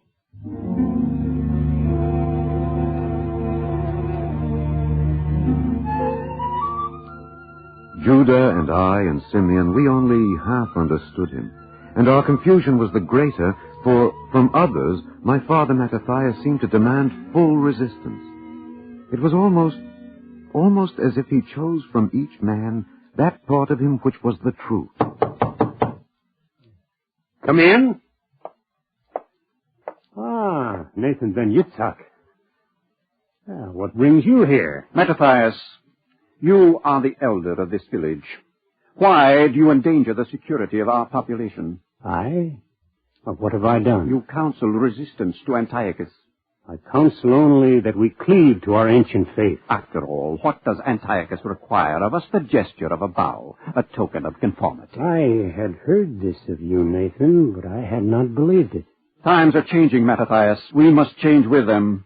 Some things cannot change, Nathan. Why should we not accept this new culture, Mattathias? Hellenism is not unworthy of us. It's art, it's literature. Its art and literature are but a cover for the intentions of Antiochus. And what is so wrong with those intentions? To include our country in the empire, to help us prosper through trade with others. Oh, Nathan, you do not understand what is at stake. I came here in friendship, Mattathias, not to be reproved. Still, you will not look below the surface. I look below the surface, and what I see is an unreasoning stubbornness, a refusal to move forward with history. History makes other demands of men, and that they should conform, Nathan. And what are those demands, Mattathias? That a man should seek the truth, and seek it without fear. And what has this to do with Antiochus, who seeks only a prosperous and orderly empire? Everything, Nathan, everything. Antiochus would command my conscience. He asks only loyalty. Cannot a king ask loyalty of his subjects? He can ask that which is his due, Nathan, but he cannot impose his will as final and absolute. That is the realm of God. And it is as I thought. You counsel rebellion. I counsel only resistance. And disloyalty.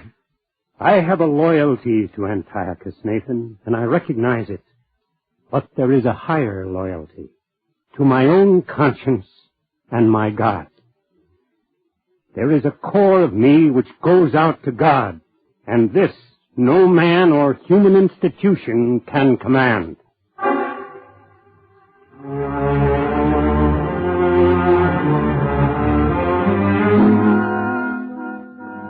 It was as if a battle raged within my father Mattathias. And yet at each step along the way, his decisions were firm, his faith unyielding. Hey, Judah, what are you doing? Preparing, Father. I've beaten a plowshare into a sword. The commandment is for peace, Judah. We are a people of peace. But... Cast the sword away. Father, it is the Syrians who make war, not we. Judah, I command you, cast the sword away. I obey you, my father. But I ask you only this. When will the time of waiting be over? When? When, Judah? When there is no other way.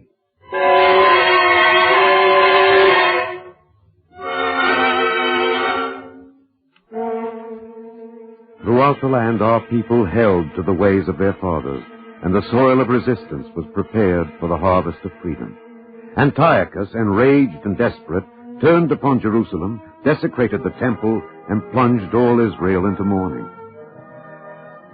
We clothed ourselves in sackcloth and ashes and prayed to the God of our fathers. And on the third day following, the first soldiers came to Modin, and a procession made its way to the house of my father, Mattathias. Company, halt! Open, in the name of Antiochus the king. My door is open. Mattathias? By the will of those who dwell in it. An unimportant detail. I am Apelles, the newly appointed governor in this district. I've heard your name. You have. Well, what in the name of Zeus are you wearing? Sackcloth, Apelles. Sackcloth and ashes. Is that a custom in Modin? It is a custom among my people when we are stricken with grief. Ah, Mattathias, there is the difficulty. You Jews, you have so many outlandish customs. Do they harm the state, Apelles? Come now, Mattathias. That has all been decided. Antiochus wants his kingdom to be one people. He wants unity among the nations. They say that you are a wise man. Surely you can understand the needs for unity? Apelles, I believe in unity. I believe all men are brothers. Good. But I also believe that no man is worthy of absolute loyalty. Careful, Mattathias. Syria cannot tolerate that kind of talk even from an old man. Well, then that is Syria's weakness. There! It begins with a custom and ends with treason. I ask only the freedom to worship my God, the creator of heaven and earth. Mattathias, consider the consequences of your words. Give yourself time. I will be back.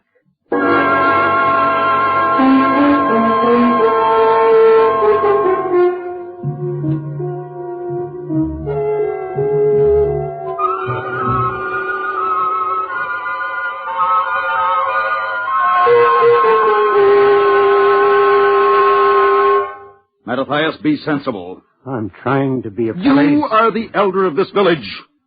I want you to set a good example. I shall do my best. Ah, that is better. I will make you a wealthy man, Mattathias. The law of the Lord is perfect, restoring the soul. The fear of the Lord is clean, enduring forever. The judgments of the Lord are truthful, righteous altogether. More to be desired are they than gold, yea, than much fine gold. Mattathias, I am ready to confer an honor on you. I have erected an altar to Zeus in the marketplace. You will be the first to make a sacrifice on it. Upon a pagan altar? Not while I breathe, Apelles. Oh, come, my friend, it is only a symbol. It is because it's a symbol that I will not bow down to it, Apelles. Mattathias, I want no trouble here. I do not wish to see blood shed in your pleasant little village. Are you threatening me? I merely express a preference. Do you expect me to fear you more than I fear my God? Well, I have tried. You are as stubborn as the rest. If it is not you, it will be someone else. No Jew in Modin will sacrifice upon the altar of tyranny, Apelles. I tell you now. Who are you, old man, to defy the king? When mighty nations bow before his edicts. I am a man, Apelles. A man with my own conscience and my own belief. Though all the nations that are under the king's dominion obey him, yet will I and my sons and my brethren walk in the covenant of my fathers.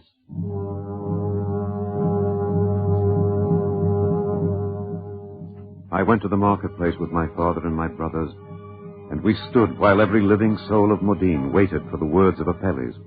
Who will be the first? No one in all the marketplace stirred.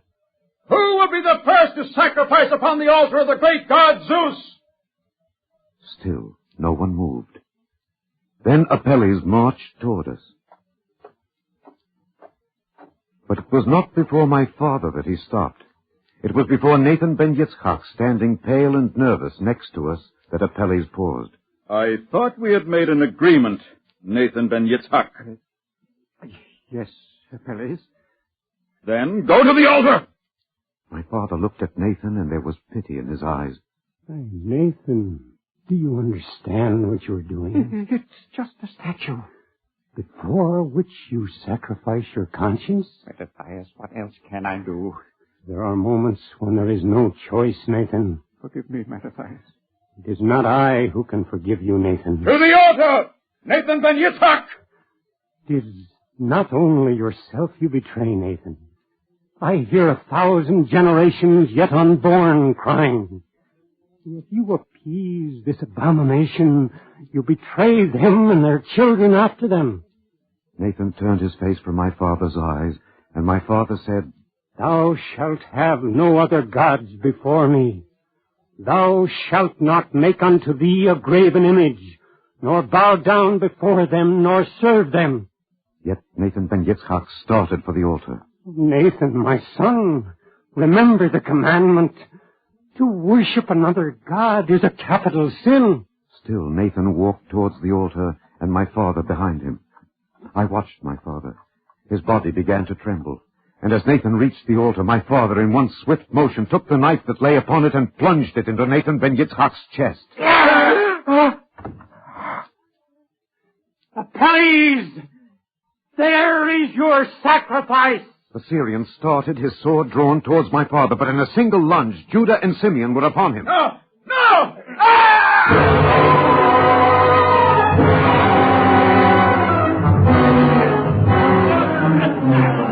As if by signal, every man in Modine grappled with a mercenary, seizing swords and spears to strike down the enemy of Israel. It lasted only a few minutes, and then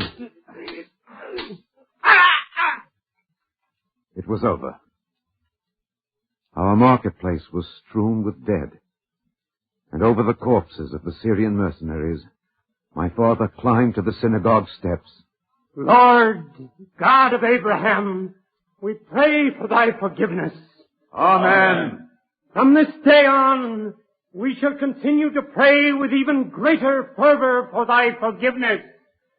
But we shall also pray that our arms be blessed with victory. Amen. People of Modine, whosoever is zealous for the law, follow me.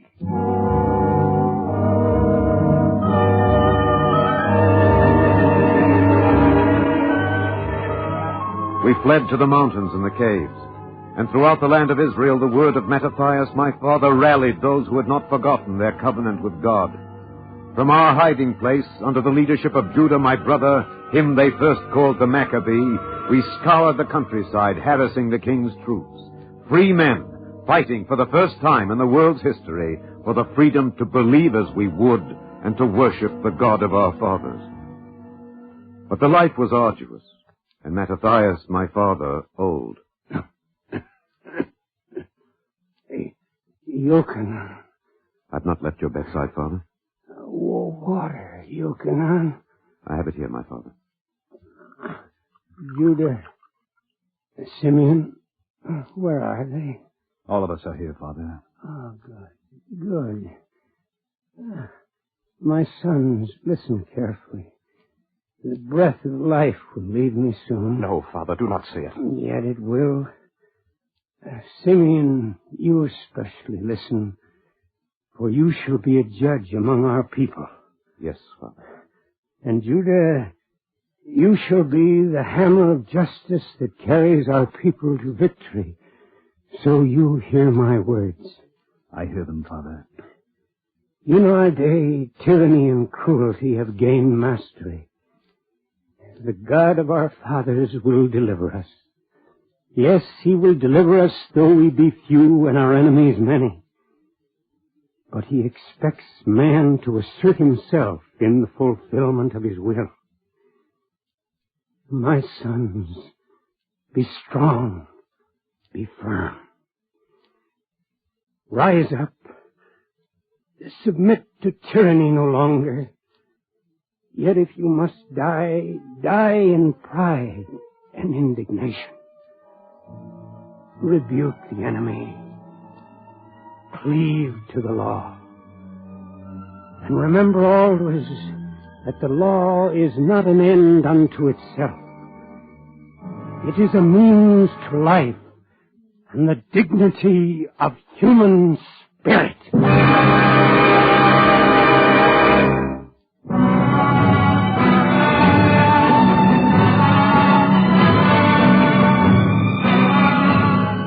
Our warriors are returning from the battle. By their faces, I can tell it is another victory. Yet, as Judah says, their victory is for today, and my chronicle, this chronicle, and the story of my father Mattathias, is for tomorrow. That men may take courage from it in all times and places, and battle in God's name against tyranny, to keep bright the flame of freedom in the hearts and minds of men.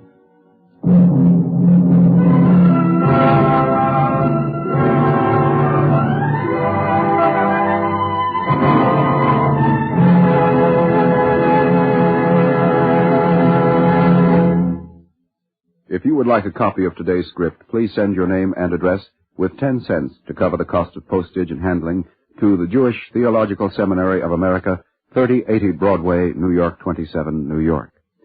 And now we take great pleasure in presenting Mr. Jack Levand, member of the National Cabinet of the National Planning Committee of the Jewish Theological Seminary of America and a prominent community leader. Mr. Levand.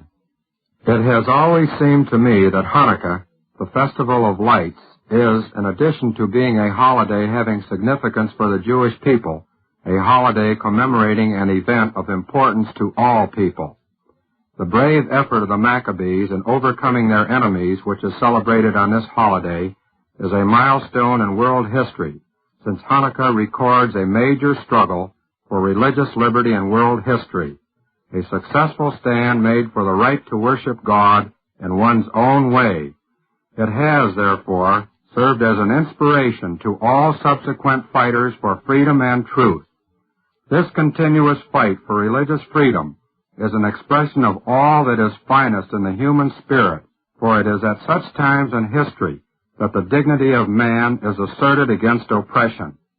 This struggle for religious liberty is part of, and perhaps the most noble expression of the entire concept of life, liberty, and the pursuit of happiness, upon which our own nation is founded.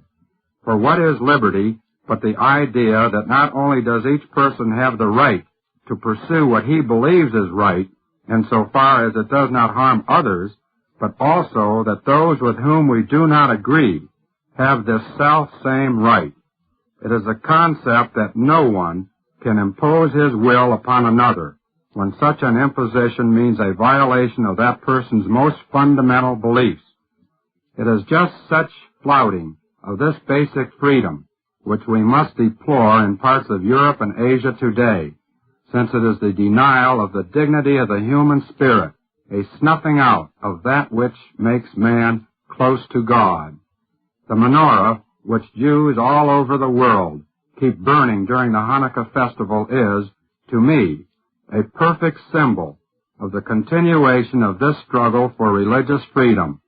For since the time of Mattathias, for 2,000 years, Jews have lit these candles in their homes, and where these candles burn, there freedom opposes tyranny and truth falsehood. Thank you, Mr. Levand.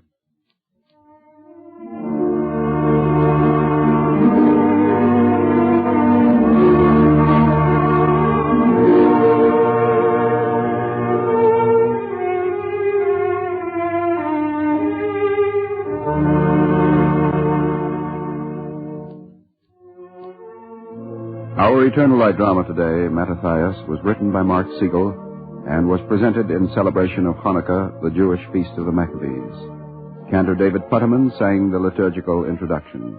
Featured in the cast were Arthur Hughes, Mendel Kramer, Roger DeKoven, Bert Cowlin, Danny Ocko, and Ralph Camargo. Your narrator was Alexander Scorby. This is Mel Brandt.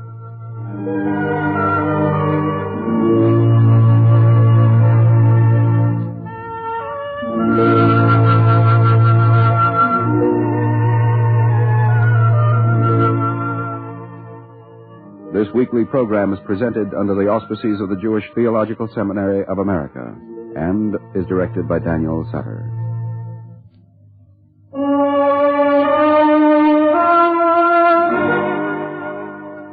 This is the NBC Radio Network.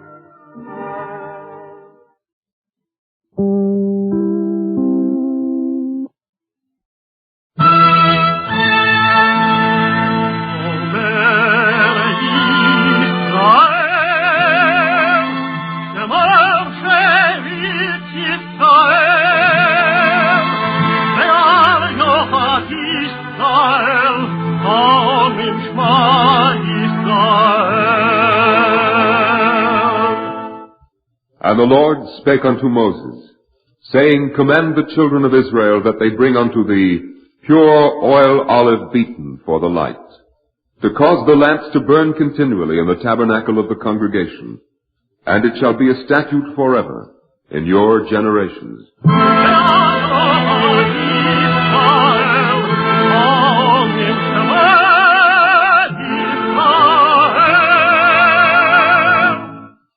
The Eternal Light. The National Broadcasting Company and its affiliated independent stations present The Eternal Light, a program which comes to you under the auspices of the Jewish Theological Seminary of America. Our program today, Mrs. Freudman Gets a Medal, was written by Rhea Weinstein.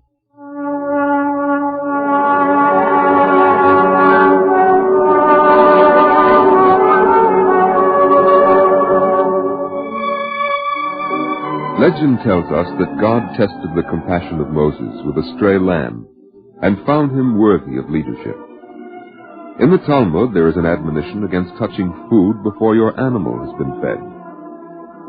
If God is merciful to all his creatures, then we must strive to be merciful also. The relationships between God and man and beast were clearly felt and firmly dealt with one hot, dark night in Jerusalem a year or two ago. It happened at the animal hospital. But let the people tell you about it. I'm finished, Mrs. Freudman. I'm going off duty. Here's the list of medications. Thank you, Sam. Is everything clear? Yeah, I think so. Is the committee meeting still going on? Yeah, they're still talking. Talk.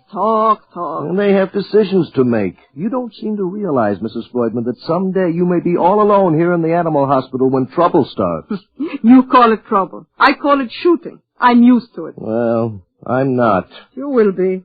When you've been in Israel as long as I have, you'll feel as I do. Oh, you should have been here in 48. You would have seen some real shooting. This is normal. And you're not afraid? Of what? When you've been through the worst, there's nothing left to be afraid of. You can still be killed. A bullet is a bullet, whether it's fired in 1948 or in 1954. So what? If it hits me, I won't be here to mourn. Oh, you're cool about it, considering you're on duty alone every night. Suppose the building catches fire. I put it out, the same as you would do with wet sacking. Suppose the water main is damaged. Suppose. It's too much supposing. But that's just exactly why the committee is in there, having a meeting. What would you do with the animals, for example, in case of fire, huh? Evacuate them? Evacuate them? To where? Oh, don't be foolish. You see? Suppose you had to leave them. Would you turn them loose to roam the city? The sick ones couldn't roam the city. So? Would you gas them? Gas? Have you lost your mind? You see, you're not facing facts. That would be the humane thing to do. I always say a woman has no real sense of organization. The smartest woman is only a goose when it comes down to hard facts. Who is a goose? No, who is not organized? Well, are you organized? Do you know what you're going to do in this hospital in case of emergency? Certainly I know what I'm going to do. You do? Well, why don't you tell the committee? Why do you let them sit there arguing? Why not? That's what committees are for. It's very discouraging. I'm 45 years old, and I still can't understand women. And you in particular, Mrs. Freudman. Well, a man doesn't like to hear the truth. That's what's the matter with you. Never mind what is the matter with me. Let's get back to the subject. What are you going to do if trouble comes and you are alone? Don't worry. I will manage. They are talking of evacuating you. That's nonsense. Nobody will evacuate me. Nobody will evacuate the animals, and nobody will gas anybody. Mm-hmm. I will stay here and do my best. Besides, there is no war now. What's all the excitement? Suspicious behavior has been reported from Arab Jerusalem. This is the last house in Jewish Jerusalem, as you well know. And the fence around this compound marks the boundary line between us. Nothing will happen. I hope not. There's something in the air. Don't you feel it? The heat. The humidity is high. It upsets people. Not only people. Animals, too. Haven't you noticed? No. They'll be all right as soon as the sun goes down and the cool air comes.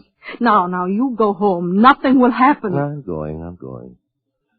My regards to Mr. Mizell. Thank you. Goodbye. Goodbye, then. See you tomorrow.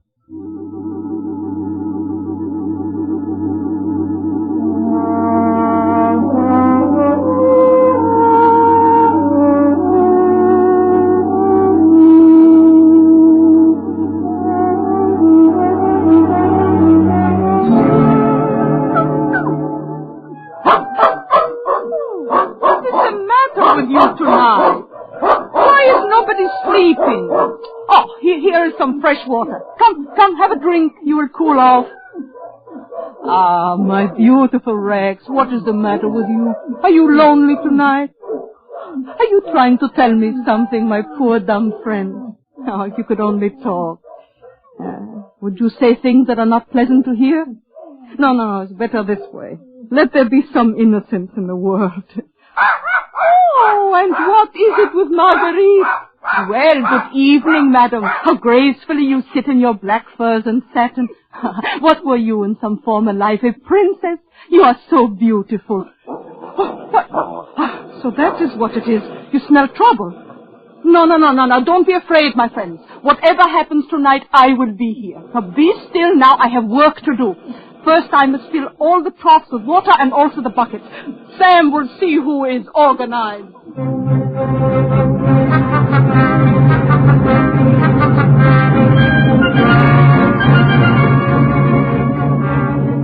From the old city wall, the Arab Legion had opened fire with Stens and 2-inch mortars, with rifles, machine guns, and hand grenades. The animal hospital was in the direct line of fire.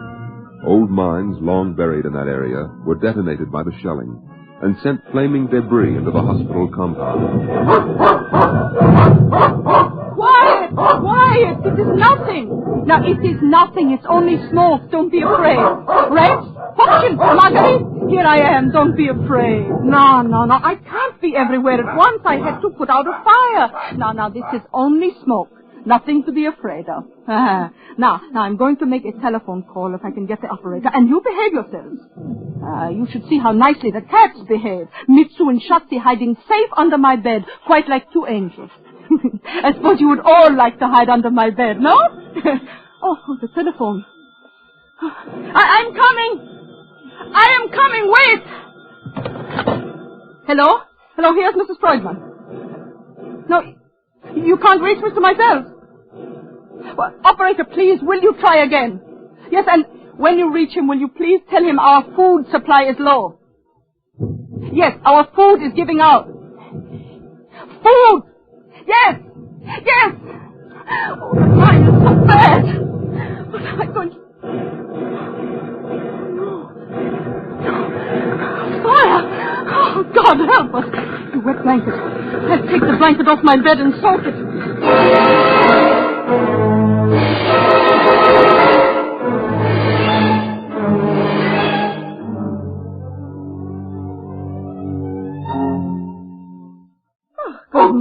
Good morning, my beautiful Rex. All is well with us. We've lived through the night and we're all safe. What was that? Who's there? Me. It's only me.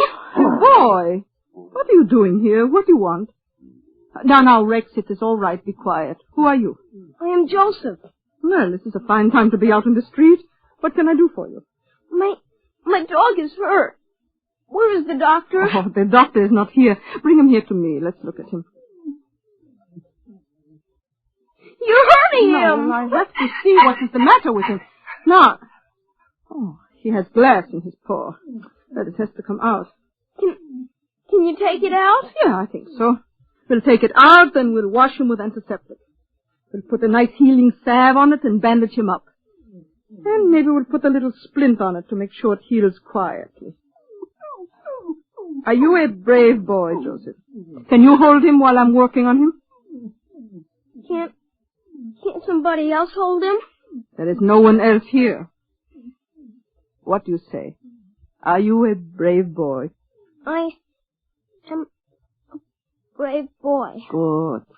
It won't take long.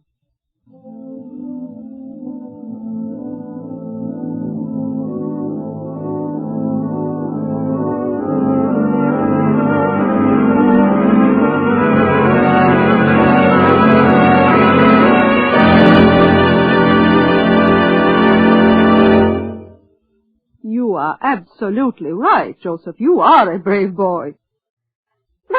I make a cup of tea for us. I want to go home. Oh, no. You'd better rest here for a while.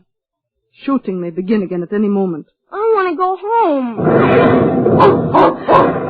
We have started again. Oh, we hit? No, I don't think so, but it was close. Pieces of fire are falling in the yard. Get away from the window. Now, you get under that table and stay there. I'm going out to take a look around. Oh, the bushes are burning. Everything is so dry. God, help us. Oh, the wet sets. I must get the wet sets. Please, God, help us. Help us,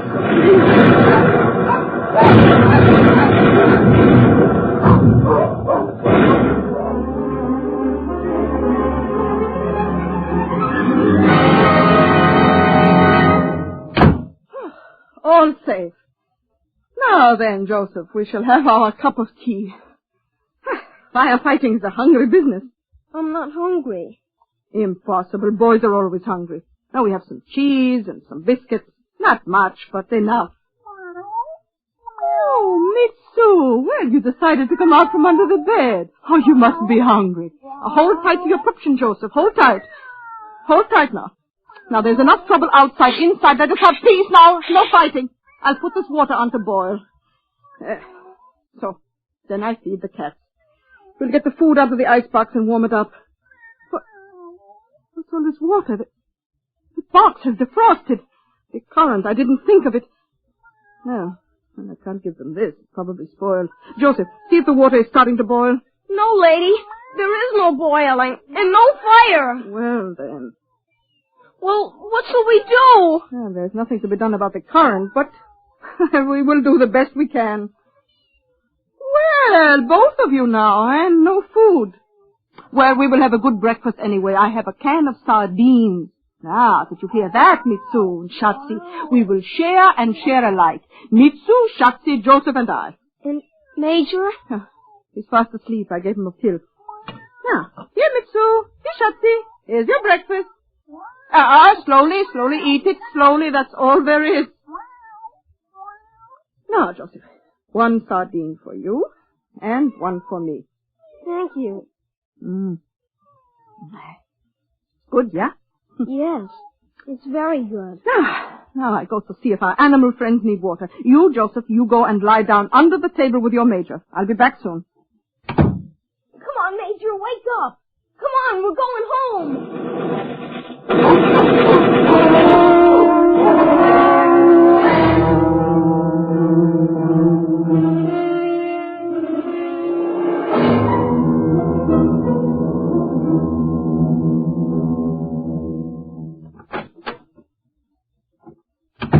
So far, so good. We're lucky, eh, Joseph? Joseph? Where are you? Oh, foolish child. Well, he came safely. He'll go safely. God watches over children. Do you hear that, God? God watches over children.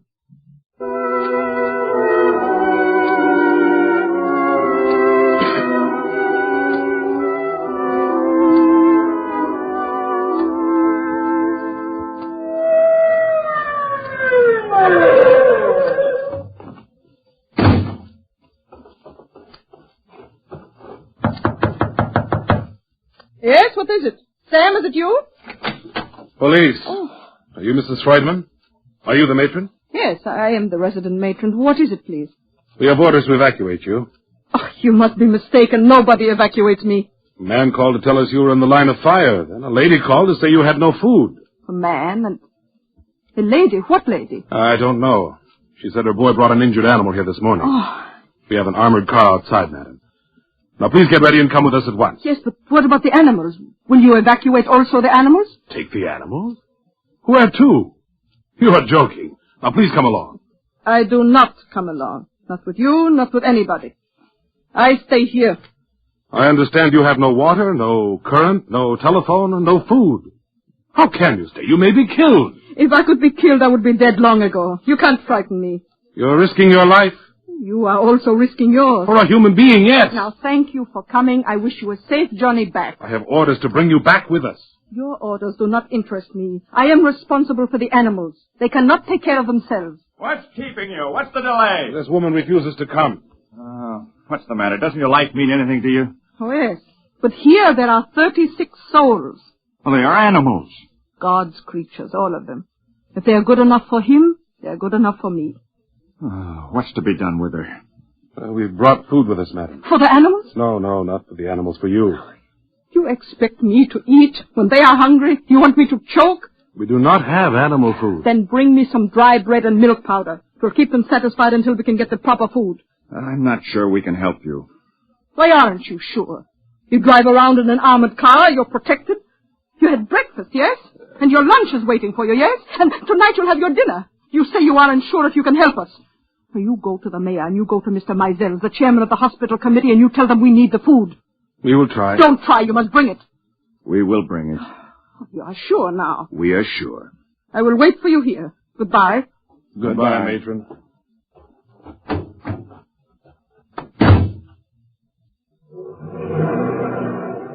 Mr. Officer! Mr. Officer! What is it? Have you changed your mind? No, I just wanted to thank you for your kindness. Oh, go inside, please, before we're all killed.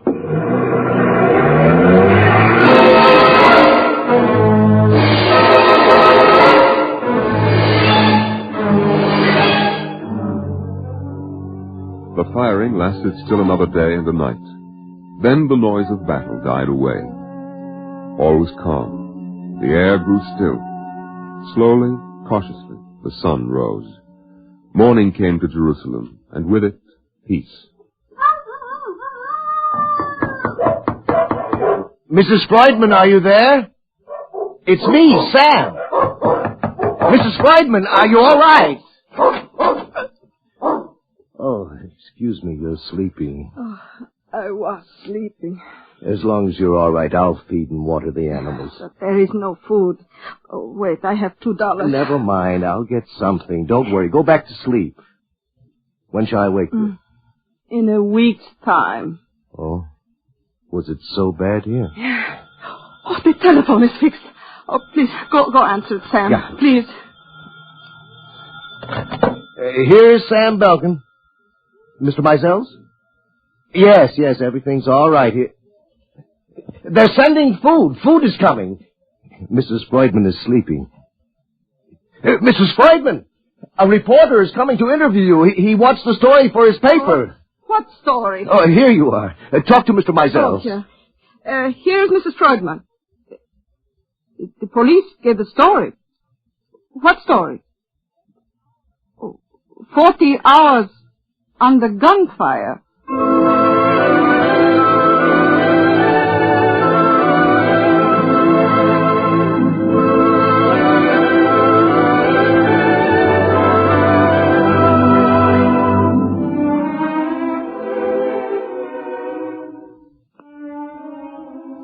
"40 hours under gunfire."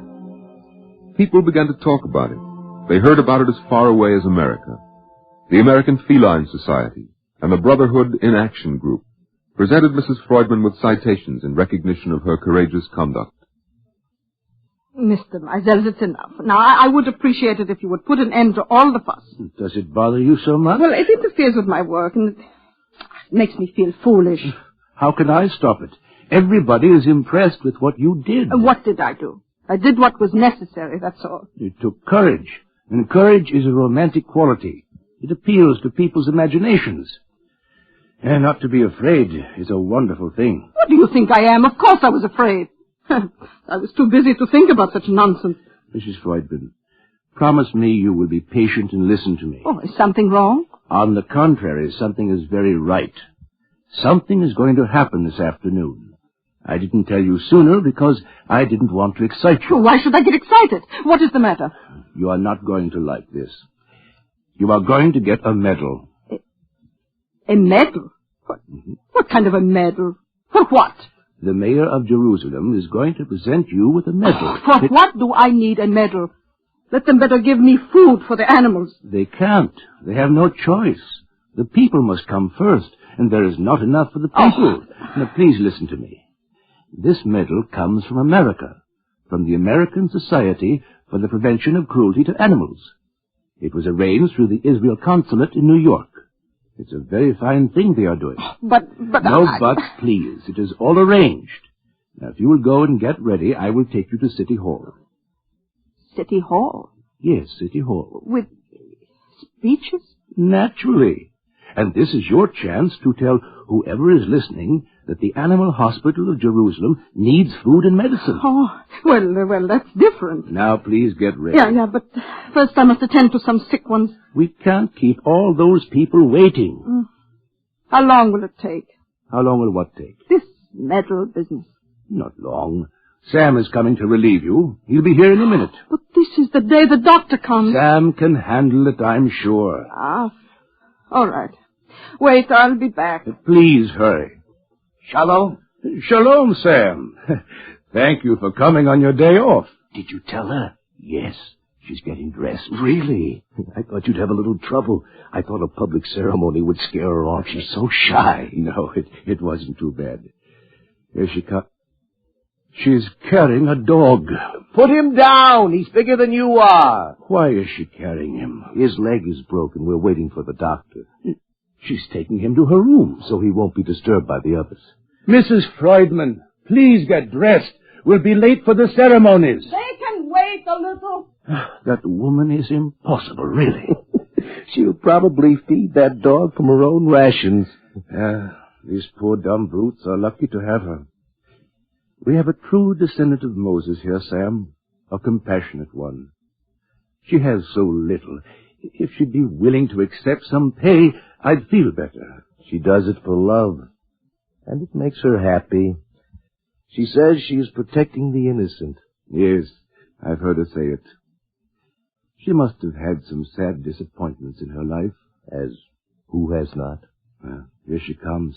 She looks very nice in her black silk dress. All right, Mr. Meisels. I'm ready for your medal. My medal? Please, Mrs. Freudman, be reasonable. If it will bring me food for the animals, I will be reasonable. Is that all you ever think about? You may have to make a speech. Think about that. A speech? Oh, that's different. Please get in the car.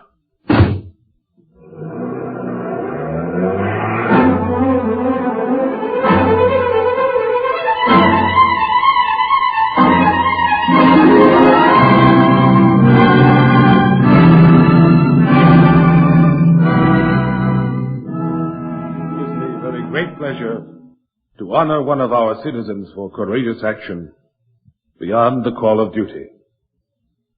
The American Society for the Prevention of Cruelty to Animals has arranged for me to present Mrs. Freudman with a Medal of Honor and a Certificate of Merit which reads, "For unusual bravery in time of peril." It makes us very proud to have Mrs. Freudman in our midst.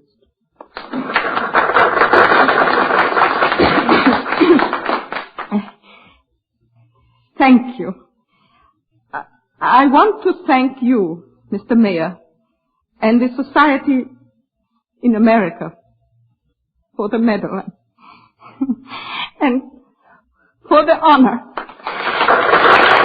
Oh, no, wait, please, I'm not finished. Medals are for people, but What of the animals? They don't understand medals. They depend on us for food. To them, a biscuit is the best medal. Mr. Mizell said I should think about a speech. But there's nothing to think because there is only one thing to say. We need a budget for the hospital, for food and medical care. Thank you.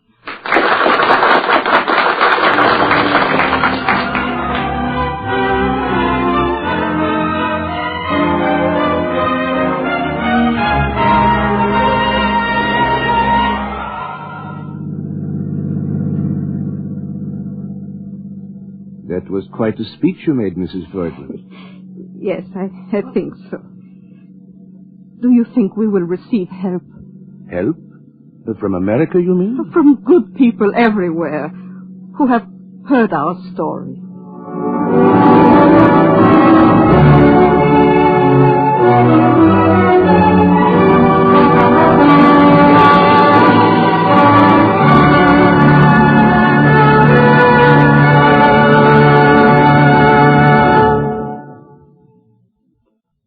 If you would like a copy of today's script, please send your name and address with 10 cents to cover the cost of postage to the Jewish Theological Seminary of America, 3080 Broadway, New York, New York.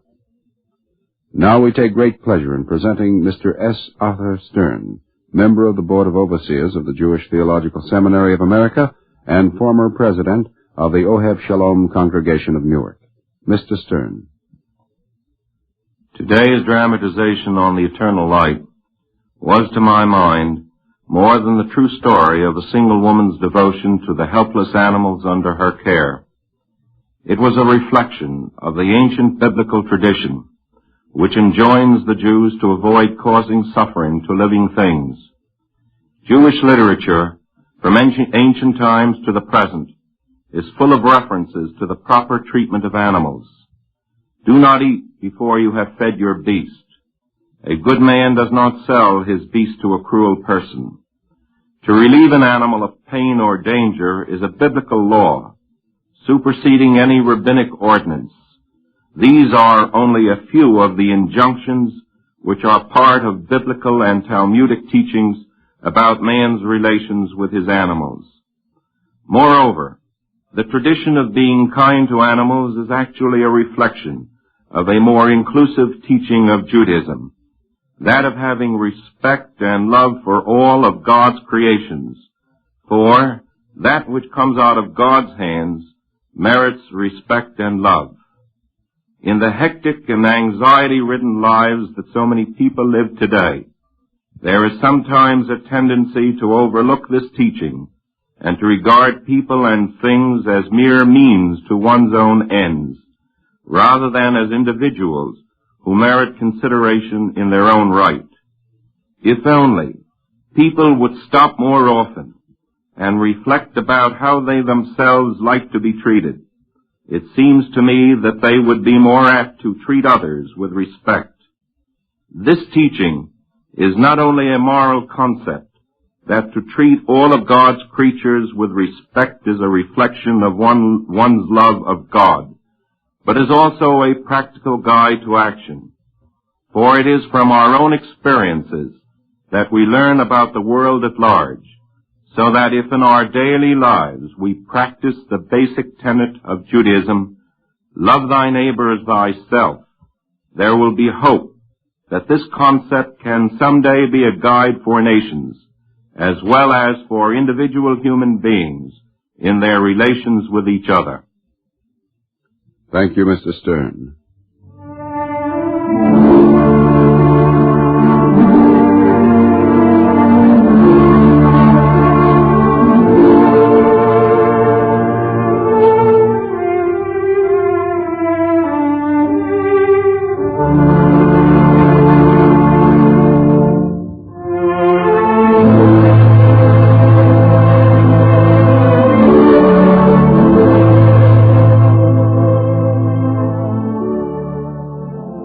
Our Eternal Light drama today, Mrs. Freudman Gets a Medal, was written by Rhea Weinstein. Cantor David Putterman sang the liturgical introduction. Featured in the cast were Bryna Rayburn, Sam Gray, Peter Laser, Jim Dukas, Richard Hamilton, Dick McKay, and Dean Almquist. Your narrator was Norman Rose. This is Mel Brandt.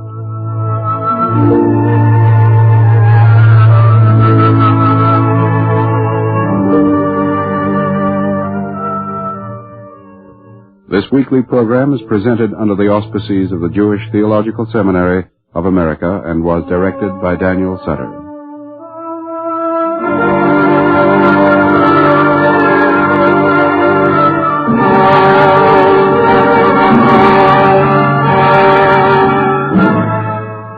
This is the NBC Radio Network.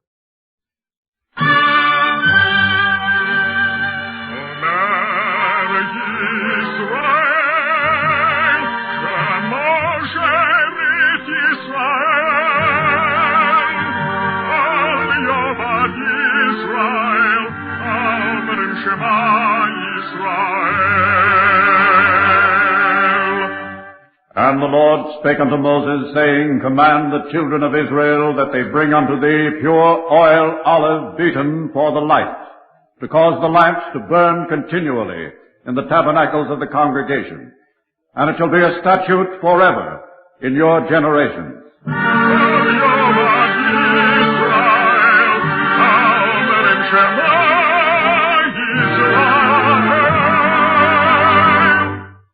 The Eternal Light. The National Broadcasting Company and its affiliated independent stations present The Eternal Light, a program which comes to you under the auspices of the Jewish Theological Seminary of America. Today's program, Graduation, was written by Jesse Sandler and is based on the article Children from Ethiopia by Malka Remist, which appeared in the Jewish Horizon, published by Hapoel HaMizrahi of America.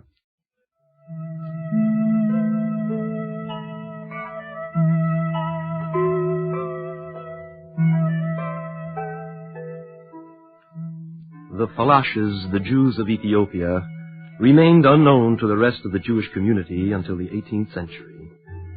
Until then, they had been naively certain that they were the only Jews left in the world, and were pathetically overjoyed to learn that there were many others of different languages, colors, and cultures. When the State of Israel was established, it was decided to do something for these people, and a group of children were brought to the school at Kfar Batya, of which I am the head, to be trained as teachers, later to return and teach the others. And thus it was that a Falasha girl named Dina met an Israeli boy named David, and eventually his father came to my office, greatly upset. Come in. Yonah! Yonah, come in. I'm delighted to see you again, old friend. Thank you. You got my letter about David? Yes. Then you must be very proud. He's won the scholarship to the Hebrew University. The boy's going to go far, Yonah. In which direction? What do you mean? He's not going to take the scholarship. He doesn't want to go to the university. Why? All of a sudden, there are other plans. It's this girl, Dina. He's completely lost his head about her. Oh? You knew about this? Yes. They're in the graduation pageant together. It became apparent that something was happening. But they're just children. David isn't even 17, and the girl... About the same. Professor Morgenstern, how could such a thing ever start? It started, my friend, a long time ago, with Solomon and a certain Queen of Sheba. What? The present Emperor of Ethiopia claims to be a direct descendant. Apparently, they're a Semitic race. Professor, I didn't ask for a dissertation on the origins of the race. How did this thing between my boy and the girl start? They met when she first came here. And that was 4 years ago? Yes. Then when this started, David must have been 12, and the girl... Likewise. Morgenstern, what sort of school are you running? They were children. And when they met, it was like children anywhere.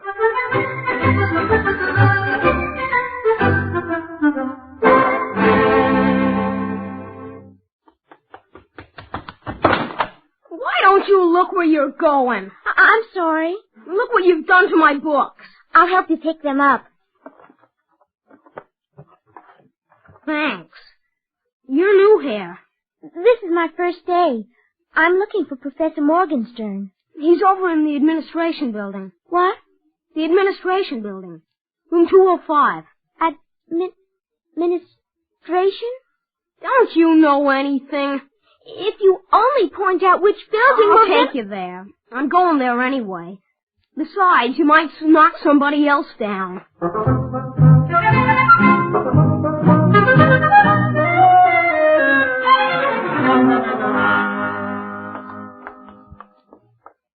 Knock right here. Thank you. That's all right. I have to come here anyhow. Come in. Dina! Dina, come in, my child. Did you have any trouble finding your way here? A boy directed me. One of our students? Who? He didn't tell me his name. A pale, handsome boy. Oh? Well, tell me. How do you like your new quarters? Oh, it's a palace. It's just the dormitory. The bed is so soft, and the fountain that comes from the wall. The shower? Is that what it's called? We never saw anything like it. I'm afraid that Malk and I will spend all our time dancing under it. Oh, you'll get used to it. I don't know. Back home, it's all so different.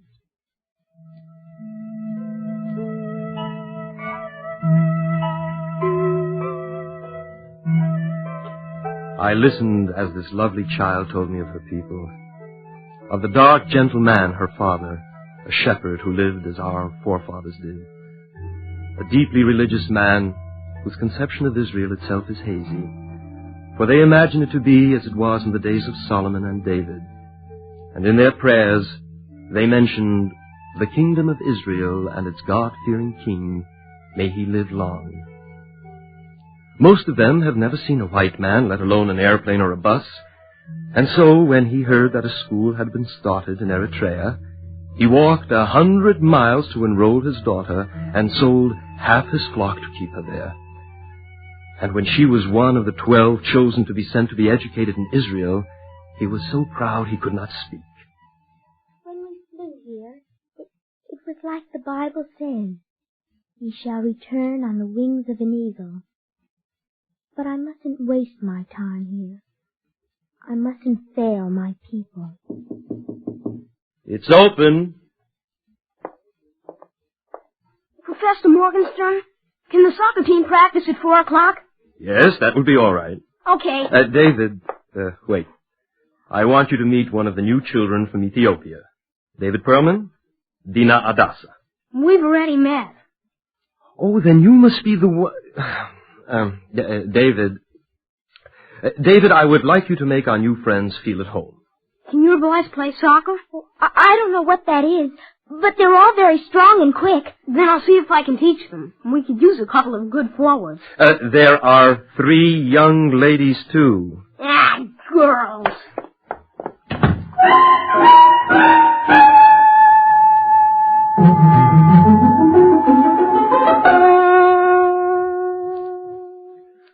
So you see, Yonah, they didn't exactly start out as cooing doves. In the beginning, they were elaborately disinterested in each other. But in fact, if David hadn't happened to drop back later to borrow the volume of the encyclopedia on Ethiopia, I might not have suspected his real feelings. Oh. But when one is 12, the code compels such fictions. David did become great friends with Yadi, Tedessa, and the Falasha boys. What about Dina? When she happened to be watching, he seemed to run faster, jump farther, score more goals at soccer. But she was a serious-minded girl, intent on her studies, dedicated to fulfilling her mission, and for almost 4 years they scarcely said more than a word to each other. Well, they're not exactly indifferent to each other now. When did this cooing business start? 4 years is a long time. And while Dina was busy filling her mind with knowledge, the rest of her was filling out, too. You've seen her, Yonah. I've seen her. Like a queen. David, too, had matured. But at that age, the girls are still ahead of the boys, and he was still shy and awkward. How did it start? I'm afraid I'm sort of responsible for that. You? It came about as the result of the pageant. You see, The time was approaching for graduation.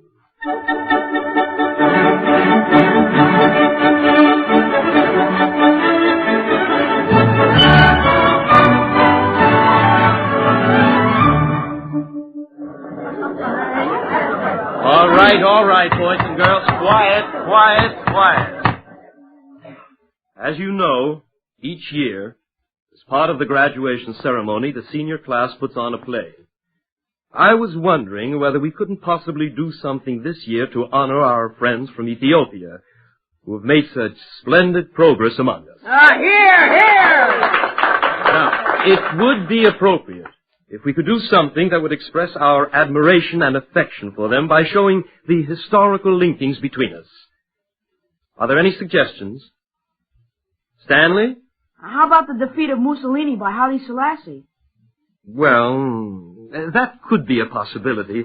I suppose if we wanted to dramatize the overthrow of the totalitarian... How about Mussolini? Viva Duce! All right. Enough. Now, I was thinking of something that was more of a direct link. Well, how about Solomon and Sheba? Dina could be the queen and David could be the king. Ow! Cut that out, David! No, you cut it out. You see, Professor, that's a love story. They don't like it. I know. You prefer something with shooting. Besides, I wasn't thinking of that at all. Now, class, where's your imagination? Do I have to put the idea into your heads? Well, if that's the only way. Look, we could do a pageant that would show how the Falashas lived in their traditional ways all through the centuries. How they were finally discovered by the Jewish travelers. How the school was set up in Eritrea, and the best of you chosen to be trained. How you have learned from us, and we have learned from you. Now, how about it? Well, who's going to write it? All right, we're lacking a script. But the evidence of what you've learned here would be if one of you who have lived through this were to write it. Now, who will volunteer? Tedessa? I couldn't, Professor. Dina? Oh, I'd like to, Professor. Fine, then I'll leave everything to you. But I couldn't. The examinations are coming up, and I'll be so busy. All right, then somebody else. Anybody.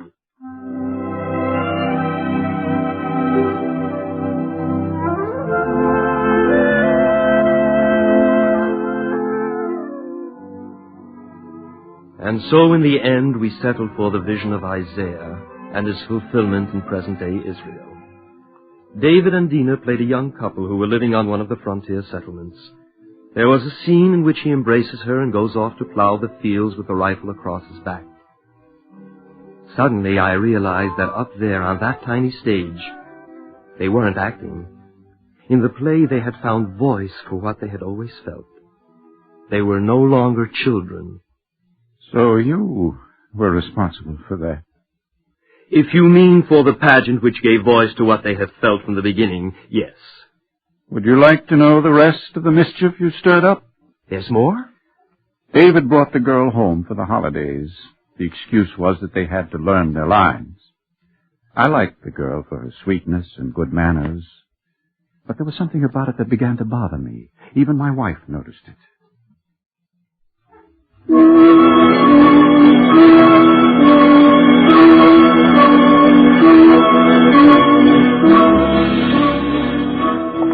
Why are you so restless tonight?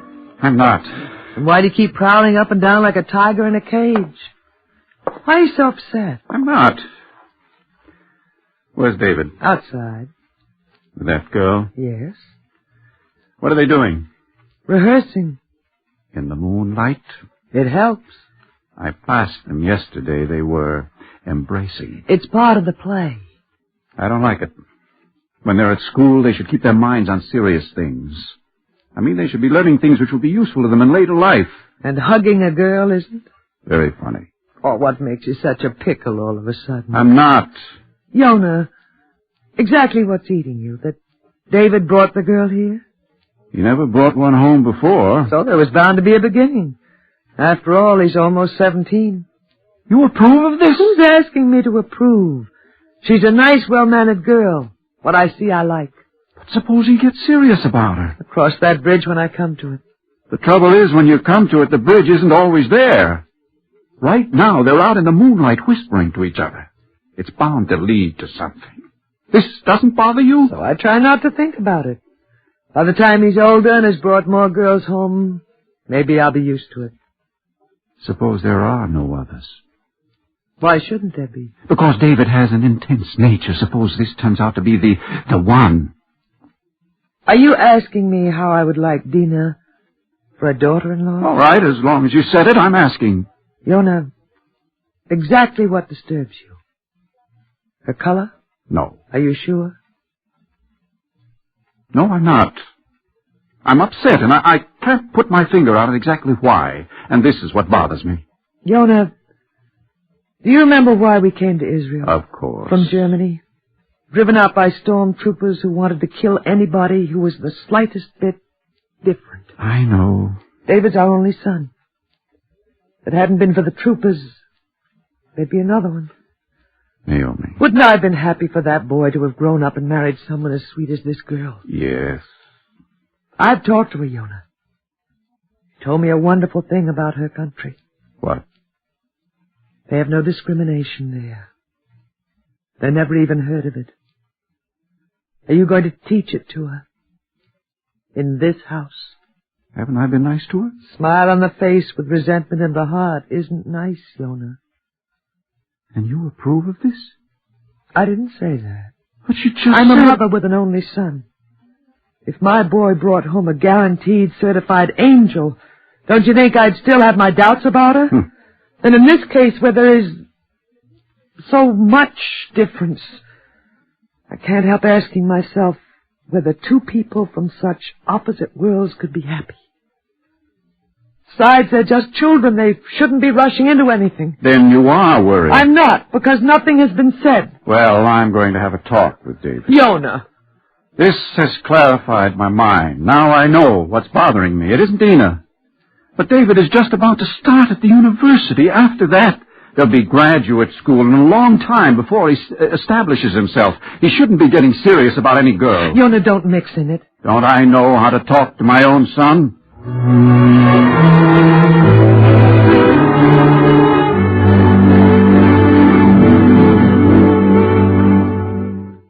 You want to see me, Father? Yes. Sit down, David. I haven't seen much of you this vacation. I'm sorry, Father. It's just that I've been so busy with the pageant. I've noticed. However, that will soon be over, and you'll be graduating, so it's about time we had a little talk about what you want to be. You know, the men in your mother's family have all been doctors. But I don't want to be. You'll be disappointed. But there are other things, lots of honorable professions. By the way, your scholarship won't cover everything, but we have a little money saved. I couldn't take it. What else is it for? You won't be wasting it at the university. I'm not going, Father. I meant to tell you.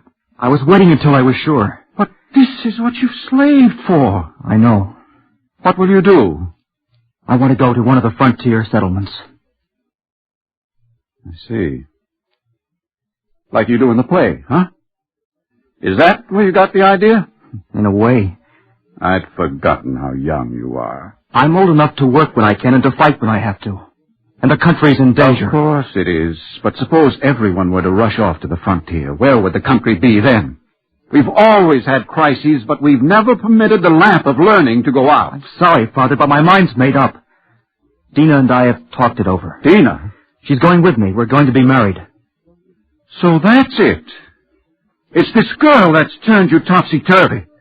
Because of her, you're willing to throw away all the hopes your mother and I have for you. What's wrong about her? We won't discuss her. You listen to me. It's no use, Father. David, you're going to listen to me.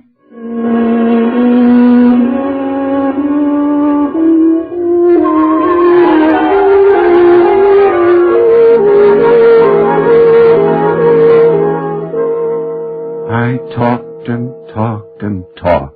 Logic, threats. His mother tried. Nothing was any use. I'm sorry, Yona. That's why I've come here. What can I do? There's one last chance. The girl. Maybe if I could talk to her. I'll send for her.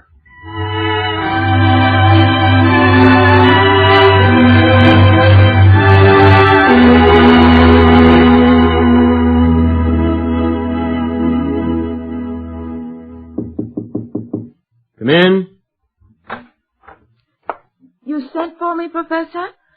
Oh, Mr. Perlman. I'll leave you alone. You know why I've come, Dina? Because of David? His mother and I have always had plans for him to go to university and have a career.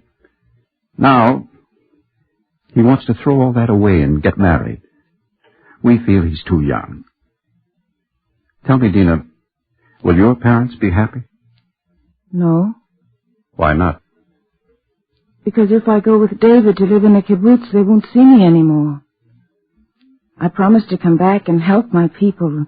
That was my mission. And now... Oh, Mr. Perlman, I didn't want this to happen. Then how did it? Because of the play. He was holding me and saying those things, and suddenly we slipped past the make-believe into the real. And it was sweet to be loved by David. But you agreed to marry him. That was in the moonlight at your house, and we were alone, and everything else was far away. But when I returned to school, I realized it was impossible. Why? Well, David loves me, but my people need me. My parents honored me by sending me here, and I mustn't fail them. Have you told this to him? No. Why not? I mean to, but when I'm with him, it's sweet and I lose courage. Oh. My mind stops thinking, and I feel this is how it could be always if I could just blot out everything else. But you must tell him. How? How can I without hurting him? Well, you know that isn't possible. I've thought perhaps there is a way. How? I have to return to my country. David knows this. He thinks it will be just for a visit. Won't it be? Well, I could write him and invent a postponement. Each time it could be something else, and finally, when I did tell him, he would almost expect it, and the blow would be softened. Dina, that isn't the way. But what shall I tell him? You'll find the words.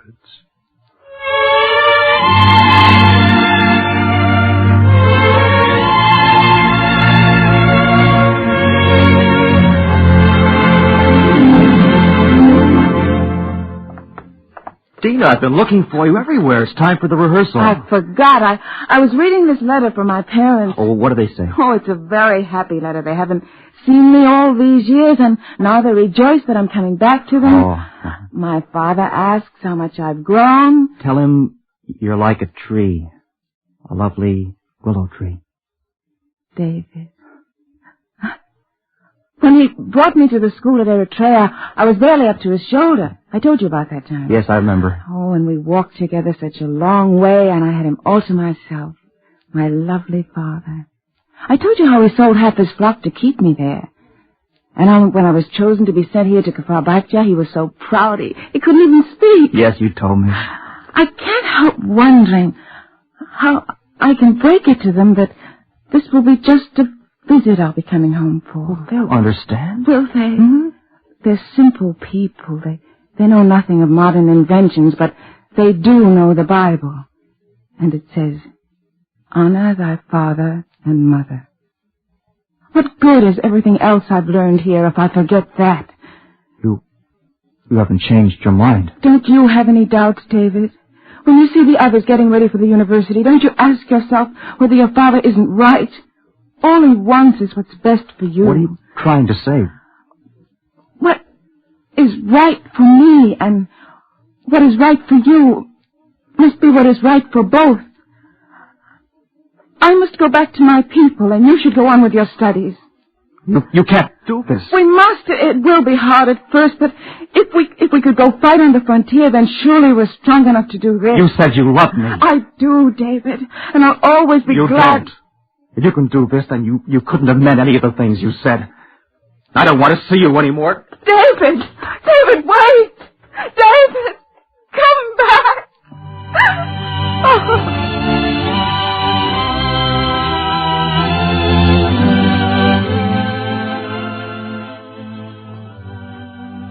He did not come to that rehearsal, or the next, and then he came.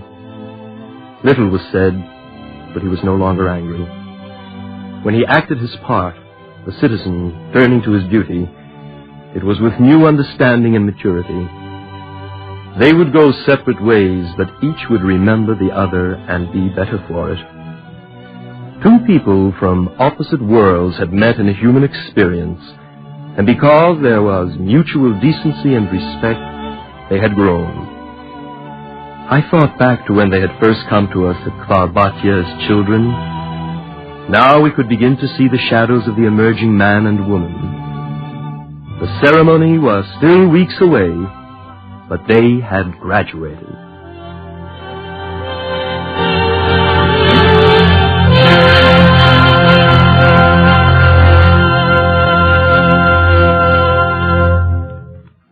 If you would like a copy of today's script, please send your name and address with 10 cents to cover the cost of postage and handling to the Jewish Theological Seminary of America, 3080 Broadway, New York 27, New York.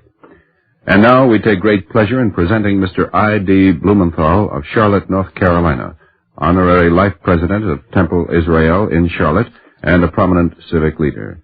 Mr. Blumenthal. It is an honor to appear on the Eternal Light radio program, which is dedicated to the fundamental truth that men are united in the fatherhood of God. It has for the past 12 years left a deep spiritual impression on all its listeners. The theme of the script we have just heard is found in the words of the prophet Isaiah and was never more meaningful than today. Fear not, for I am with you. I will bring you children from the east, and I will gather you from the west. I will say to the north, give up your captives, and to the south, keep them not back. Bring my sons from afar and my daughters from the end of the earth. They shall build houses and inhabit them, and they shall plant vineyards and eat the fruit of them. Isaiah dreamed of a golden age in the days to come, which was all the more remarkable because his age was one of vast chaos. Yet for Isaiah, beyond the chaos and darkness, the light of God's Spirit shone, and it promised the coming of a better and happier world. Isaiah's dream and God's promise have been fulfilled. The Lord has returned his people to their land. He has gathered them from the four corners of the earth and returned them on wings of eagles. Today Israel is a beacon of light and a ray of hope for the oppressed multitudes still in hostile lands. In our story, the teacher is teaching his pupils how to live, and what they do in real life depends on the spiritual and moral values they have learned, on their sense of responsibility, and their willingness to accept life's duties as well as its privileges. While our story today is primarily concerned with the growth and maturing of our two young people, the parents also faced up to a reality of life. They looked at themselves, at their own prejudices, and recognized them. But perhaps the deepest significance of this story lies in Dina's and David's acceptance of each other as individuals on the basis of worth, without concern for color or national origin. We see a meaningful respect for the dignity of each individual. Dina and David live in an experience we all should heed. It is a lesson that can be taken to heart by men of all faiths and in all stations of life throughout the entire world. God grant that once again as of yore, Ki mitzion teitzei Torah, u'devar Adonai miYerushalayim. Out of Zion shall go forth the law and the word of the Lord from Jerusalem. Just as the first vision of Isaiah has been fulfilled, so will the latter be realized. And all your children shall be taught of the Lord, and great shall be the peace of your children. Thank you, Mr. Blumenthal.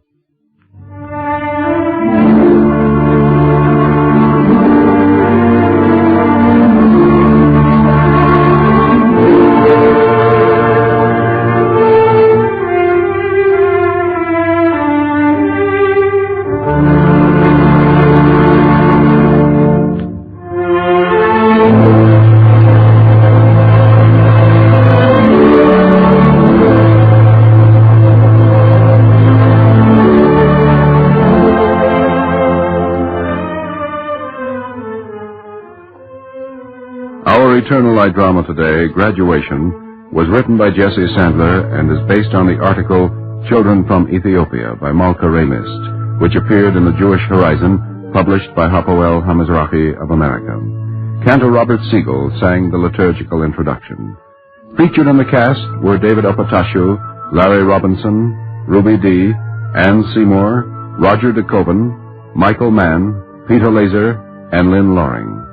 This weekly program is presented under the auspices of the Jewish Theological Seminary of America and was directed by Daniel Sutter.